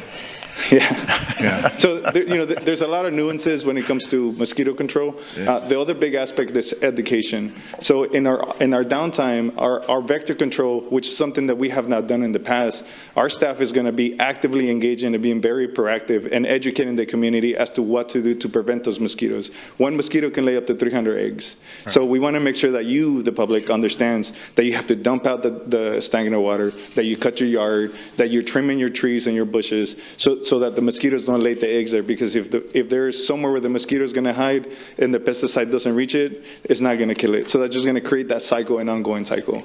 The same thing with the dunks. We throw it out there, it's going to suffocate the mosquito, it's going to kill the mosquito at the larva stage, but if they're able to get out, those mosquitoes are going to lay more eggs. Okay. Yeah. Well, I'm very encouraged that we've split this out now and treating it as it should be, because this is an extremely important part of what we do. I mean, several of us live in, the neighborhood where I live is adjacent to the river flats, which is one of the most active breeding areas for mosquitoes in Corpus Christi. Mm-hmm. And, we for years have dealt with this problem, and I just never thought that the city handle it. So I'm very encouraged that we're doing it this way. Right. These guys are full-time on it. You can see it's an around-the-clock, it's a 24-hour rotation. Yeah. But before we weren't doing that. It was when the animal care officer was off their regular shift. Yeah. Then they tried to do this as well. Yeah. Okay, good. Thank you very much. Mm-hmm. Thank you, Councilman Pusley. Councilman Suckley? Thank you. Dante, you might as well stay up there. Thank you for, all the communications we had over the, past 10 days or so, and thanks for doubling up on the vector control. But, to some of the same comments that in the discussion with Councilman Pusley is, I think the city made some missteps on the choices of pesticides to not be able to do the island like they used to, and to not be able to do Flower Bluff like they used to because of the restrictions of being near the water. I was getting hammered with questions and comments, combination of why aren't they coming down my street because they always used to. So something had changed, I guess, regarding the specific pesticide we were using, but people were used to seeing them come down the streets. And so I've got people trying to show me their door cam footage that it didn't come by their house for the night. So just all kinds of stuff. And I understand, people are like, hey, I'm a taxpayer. I've always gotten it. Why are we not getting it now? So they felt like they were left out, and they really were because of the pesticide we have now that we're utilizing, we couldn't spray those areas. But same thing for Flower Bluff. You have all those areas with canals. So I think it's important that in our choices of pesticides going forward, that we find one or find a host of ones that can be used in the water, near the water, and therefore, if we have to change them, then let's change the other ones in town and leave the ones that we can still use for the watered areas that will be effective for those communities. So. Yeah, and absolutely. We've heard the same comments. I think we get anywhere between 20 to 30 calls a day. So we are very active in receiving a lot of calls from the city. One of the issues is that chemicals, as they come out, and as pesticides as they come out, sometimes the sheet that prevents us from doing certain things gets updated, and we have to follow that law. We have to make sure that our licensed applicators are able to go out there and still utilize. When this chemical was purchased, and it was purchased a while back, maybe perhaps at that time that wasn't a consideration at that time, or it wasn't that the pesticide was restricted for that. But as we move forward and we look for different types of pesticides, we are asking that question to our chemical providers, right? Can this be sprayed in near the water? Is there any issues with cropland? Because that's another part that we cannot spray right now with this current pesticide. And it is a pesticide, right? We're not only killing mosquitoes, we're also killing other insects. It's not specific to the mosquito. Anything that is flying at that time, we are reducing some of that insect population. So we have to be very adamant, and we have to be very cognizant that the environmental impact, we're choosing the right chemical to make sure that we control the mosquito population. And the mosquitoes are very important to us as well on the public health side, because they do carry diseases. So it is to our advantage to make sure that we're treating for mosquitoes to reduce things like West Nile, chikungunya, dengue, St. Louis encephalitis, which can be deadly if somebody gets it, and those are carried by mosquitoes. So we actively track that. We also look at bird population, which is not, a lot of the times vector control is not thought of, but that's where the viruses are coming from. So if we see like a massive flock of birds that are dying, we're going to be out there spraying because there's probably some sort of virus that is killing those birds. So there's a lot of different aspects of vector control other than just the fogging and the spraying that we're taking into consideration to make sure that we have a very robust program, which includes the larviciding, which was not done as we're doing it now. And also making sure that we pick in the right chemical and switching the chemicals. Some are water-based, some are oil-based. So we would have to go spray with the water-based, come back to headquarters, change the machine or change the container so that we can spray with oil-based. So it's just kind of little nuances that we're developing as we go.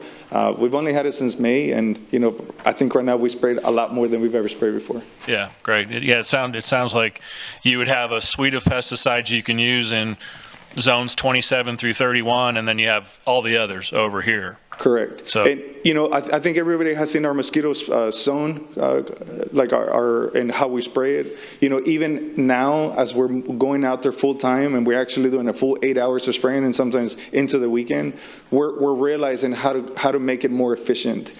So we are going to come up with a new map to be able to make those efficiencies, so that when we choose a section, we can truly say, hey, we sprayed every single area of that, whether it was through the spraying, the fogging, or using some sort of larvicide to prevent the mosquito population for keep coming out. Yeah. Yeah. Last thing is your comment again about encouraging people, the education component of dumping water and all that is, I didn't see a whole lot of that on social media. Y'all may have posted it one time. And I'm not a social media expert to understand all the algorithms of how many times something shows up on someone's feed and all that. But during mosquito season, I encourage you guys to post it daily so it gets maximum exposure to people. So I'll just leave it at that. No, and we're working on that, absolutely. It's a very important aspect that people understand how to control mosquitoes in their house. Because if they're coming outside to their backyard and you're getting swarmed by mosquitoes, there's probably a source inside your backyard where the mosquitoes are coming from. It could be, rain. It could be a pot, even as little as like a Coke cap. All of that stuff, it holds water in there. 300 eggs get laid around the edge. A little bit of water gets in there, and the mosquitoes are going to come out. Same thing with the dew point, right? Early in the morning when it gets cooler at night, and in the morning, and you create that condensation near where your AC, your AC is producing a lot of water. So all of those areas there, cover them up.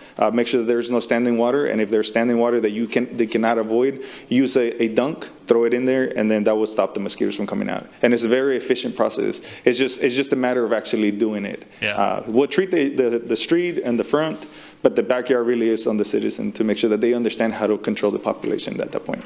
Okay, thank you. I have one more question or comment for Dr. Khan. Back on the health and wellness section you had earlier, Dr. Khan, it talked about the swimming lessons and the CPR lessons. I was going to mention to Peter is with our improvements to lifeguarding with the new rescue program, I think there's going to be a person within that hierarchy that's going to be responsible for training and things, that's going to be a water safety instructor and things, that I think is going to do some swimming lessons and may do some CPR lessons. And so there seems like there's some commonality there between the two programs that y'all need to make sure that we're not duplicating resources within the city. Okay. Sure thing. Yeah, Thank good. you, Councilman. We'll work together. Even now, the lessons are being given by the Parks and Recreation. Okay, good. Yeah, parks. Yeah, we are working Yeah. within city departments and making the best of the resources. Great. Thank you. Thank you. And coming back on the social media, yes, we have been sharing the 5 Ds, the wear dark, like long sleeve shirts and others. We have been talking about the 5 Ds. We'll do more on social media. We have also developed a frequently asked questions, and we'll put that on social media so that you get less calls and less emails. Because once people know, like, why didn't I hear the truck, or what time did they come? So mostly questions that are coming from you, will have all those there on our website, and we'll share it with you so you can put it on your social media as well. Great. Thank you. Sure thing. Enhancement for FY25, a new initiative that we are proposing, it's a Living Well. It's a comprehensive health initiative that will improve community health outcomes in Corpus Christi, Nueces County. It will have regular screenings, balanced nutrition workshops, inclusive fitness classes, and recreational activities that will help chronic disease prevention and management. Special revenue funds, again, we'll continue the CPR classes. We'll also, again, build on the success of the Public Health Summit this year, and we'll continue it in the FY25. And community health needs assessment, we should be able to launch our survey in a month's time. Community wellness programs, Parks and Recreation, Safe Fun Fit, and Endurance Fest. The services will be provided for the Safe Fun Fit, Endurance, Neighborhood Fitness by WeFit, and the swimming program will continue working with Parks and Recreation, YMCA, and other partners. We are transferring our contract from General Fund to Special Revenue, and this includes our MHID contract of $64,000, our Local Health Authority, Coastal Bend Air Quality Partnership, pathologist, and pharmacist, and those will move to our Special Revenue. We are proposing an increase in fee schedule for our environmental health services. The last fee schedule update was in FY 2006, and it's been a long time. We have also looked at other 5-7 cities that are larger to us, some equivalent to us, and we are proposing some increase in the fee, because we all know the cost of fuel has increased, the maintenance cost on our vehicles, our staff salaries, and also the increase in number of facilities. So we are proposing this. This will bring a projected revenue of $167,000. And that is what I have today. Thank you. Thank you. I think we have a couple of council members wanting to speak. First one is Councilman Hernandez. Yes, thank you. On that one item for transfer funding for the health intellectual with disabilities of $64,000, it says you moved it to special revenue, but I was looking through the special revenue budget. I didn't see that number. Did it change from $64,000 to something else, or is it still $64,000? It's $64,000, and you're looking at... And which account did it go to? Did it go, because there's two... 1046? There's... Professional services? No, but under which, it says special revenue, right? And if you go to the special revenue fund section of our budget, it doesn't specify it, right? So I looked at the line item budget as to where it's at. So, and it's a little bit different in the line item budget. It has Medicaid 115, it has charity care, and then it has health. But I didn't see it. Is it, do you know which line item is it? And maybe Eddie can help with that. It's under professional services. Under professional services? Uh-huh. So there, it doesn't call it out. It just has professional services for health department under Medicaid 115, and then has professional services under charity care, which is a total of $225,233. Is it within that dollar amount? Yes. Okay, it's within that. Mm-hmm. Yes, all of our And contracts. that includes all those other ones that were specified Yes. in that list. Mm-hmm. Of the local health authority, the coastal bend air quality, and the pathologist of $12,000 and the pharmacist of $6,000 is all in that professional services line item of $225,000.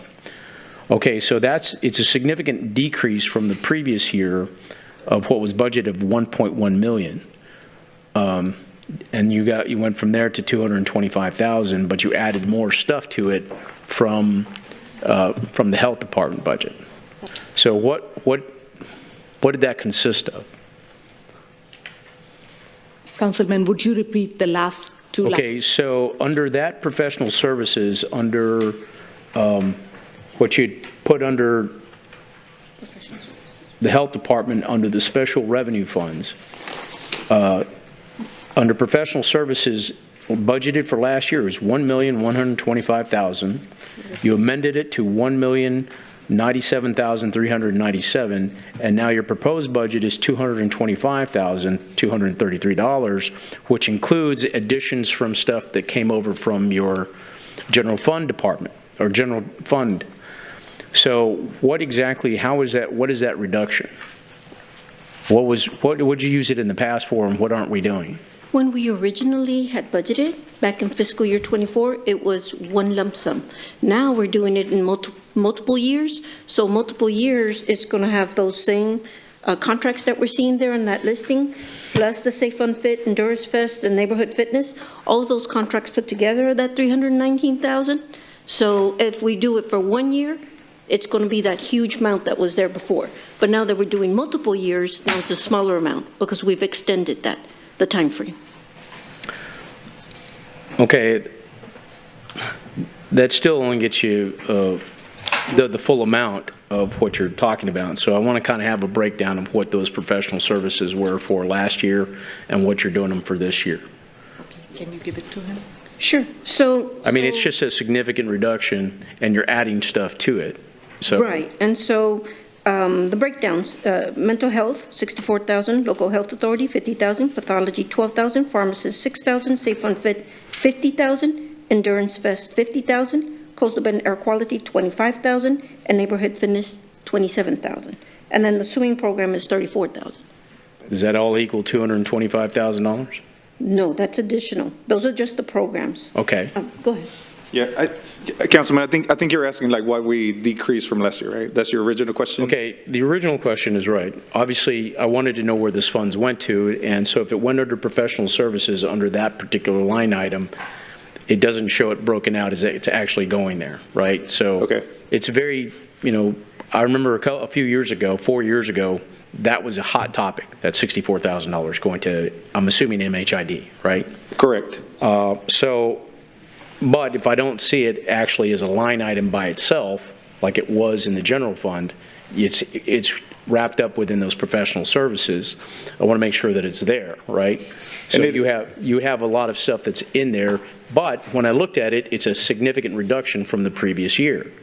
You had $1,009,000 in the previous year, and now you have $225,000, and you added things from the general fund. So you are correct. Last year we had a bigger budget. We also had several different activities that we had put under that account. We were able to accomplish every single one of those activities. This is a special revenue account, so the funding that was available there, we could use it for the next fiscal year. So, and what we did is we took those funds and we made them into a multi-year program because it was successful. The swimming classes that we were able to provide, now we're able to provide in a multi-year, utilizing the same funds from last fiscal year. The reason why they're lower now is that we realized that the money that was there could be spent for this contract, which is the professional services. So we have the MHID, we have a local health authority, we have a pharmacist that provides the services, we have a pathologist for the laboratory. So now we're paying those services under this special revenue that was created many years ago. Okay, I'll get with you after this or at a different date so we can understand more about the individual things underneath the professional services.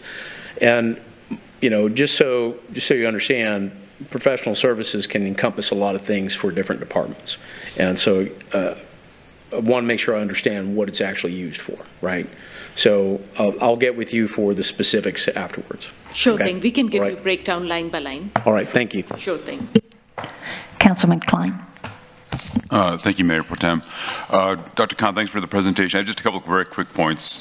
First of all, I want to thank you so much for all the work you're doing on the behalf of the public, a lot of which these are people that really don't have good access to health care, and so you're providing a lifeline for them, sometimes almost literally. But also I think this is generally helping the general public as well, public health as well. A lot of these are communicable diseases, so it's altruistic that we're doing this for people who are less fortunate, but it's also really the benefits are kind of reverberating back to us again as well, so I want to appreciate that. I want to come back to the discussion about vector control. This is a very small thing, but I wanted to kind of put this out there for the public once again as well. You mentioned, Dante, you mentioned dunks. Those are available in town here, I guess. Would you get those at just any, I guess I'm asking for the public, if the public has standing bodies of water that they intend to keep for whatever reason, can they purchase these dunks anywhere, somewhere in local stores here in town? Yeah, there's dunks, there's granules. You can purchase them at just your local hardware. They're readily available there. There's also some other chemicals that you can purchase as a resident. It's not a commercial grade pesticide, but you can purchase them. There's even some that you can connect to your water hose and kind of spray it around the area. I've even heard comments from the public that it really works if you spray it on your fence line as well to prevent the mosquito from laying mosquitoes there. So, sometimes there are some areas in around your fence that maybe pool some of that water, but the mosquitoes are able to lay the eggs on the very edge at the bottom of that fence line, and when the water reaches it, it only takes a couple of days, and mosquitoes start coming out pretty quickly. So yeah, you can get those readily available in any hardware. I think I've even seen them at HEV when the mosquitoes are pretty high, and not forget to you can also use DEET. DEET prevents the mosquito from biting you, and the only mosquitoes that are going to be laying eggs are the mosquitoes that are full of blood. The ones the female mosquitoes that are able to take that bolus of blood. So if you prevent the mosquito from biting you, that's also preventing them from laying eggs. So make sure that the community make sure that you're wearing DEET, you're wearing spray, you're wearing long sleeves. All of those are very efficient methods of reducing mosquitoes from laying eggs. So preventing mosquito bites actually helps prevent reproduction of the mosquitoes. Yeah. Oh, very good. Thank you. Thanks. That's all I had. Thank you so much. Councilman Pusley. Thank you, ma'am. Dr. I read your mission statement, and I brought this up at a meeting here a week or so ago. And that is, and Peter, this is important on a go-forward basis. We have to keep in mind what our core responsibilities are for the health department. Because, these are, we sometimes get lost about what it is we're trying to do and what we're trying to accomplish. And, we have a hospital district in this county that services indigent health care. We have many medical centers around town that provide medical services through federal governmental grants and whatnot. So I think it's important for us to, because most government programs, you start out like this, you get a grant to set up a Band-Aid stand to hand out free Band-Aids, and 5 years later you have a hospital and you're doing brain surgery. So we just need to be really careful that this doesn't get out of control and that we focus on what our core responsibilities are, and we need to think about what those are. I've been talking a lot to our Nueces County commissioners about what they perceive as core responsibilities for what they want to do with respect to the health department. And so I think on a go-forward basis, that's going to be really important. So thank you very much. Thank you, Councilman, for that. And again, we do know the essential services of public health that we are required to provide, and we are working very closely with the county, and thank you for working with the county commissioners. Again, our desire is to provide services for all Nueces County residents. And yes, we do need to provide the essential services, and that is why we are doing a community health needs assessment, so that we can hear from the public what their priority needs are and how. Again, not any one agency can do everything. Partnerships are therefore very important. So thank you for that. Sure. Thank you. And on that note, I think that's it. Yeah, partnerships are really important. Excuse me, Member Pro Tem. We need to recognize Dr. Xavier Gonzalez. He's the Director of Health and Wellness with Nueces County. Yeah, he's been here all day. So, Dr. Gonzalez, thank you for being here. As you know, Nueces County is a partner of ours in our health district, and Dr. Khan and her team have continually worked closely with Dr. Xavier. We appreciate him being here today. And Xavier, were you going to say a few words? Yeah, no, I think to emphasize, the ending there is, we're statutory obligated by the state to do certain things, and I think that's the key that we're trying to maintain, those essential public health services that Dr. Khan mentioned. But when it comes to public health, it's about the collective. Mm-hmm. It's about doing things collectively, and so partnerships are very important, and maintaining those partnerships, identifying who's doing what. And we mentioned doubling services. So we're not doubling services, so we're being efficient in the way we do things. But that's all I really wanted to add to that. Well, we appreciate that. And I know Councilman Pusley will have, the county's needs and, at his, as his priority, we hear a lot about, the county not having sufficient funds and this kind of, this is what happens in our world here, that we don't seem to have sufficient funds to cover all the programs that is dearly needed by the community. So hopefully we will continue to work, in great partnerships with not just the Nueces County, but the others. Hey. And did you want to recognize anyone else? Is that? Dr. Khan's going to introduce the rest of our teammates real quick. And then we know Dr. Dante already spoke, and as did the fiscal person, but go ahead, Dr. Khan. Mr. Perez, he's our new assistant director, and then Ms. Costley, she's our senior management analyst. You have already heard from Dante. And of course, our ACM, Mr. Soni. Yeah, he's I thought I recognized him. So how is it going, Mr. Soni Perez? Going great. Okay. All right. Well, that being the no further business, this meeting is adjourned. Thank you. Oh, man.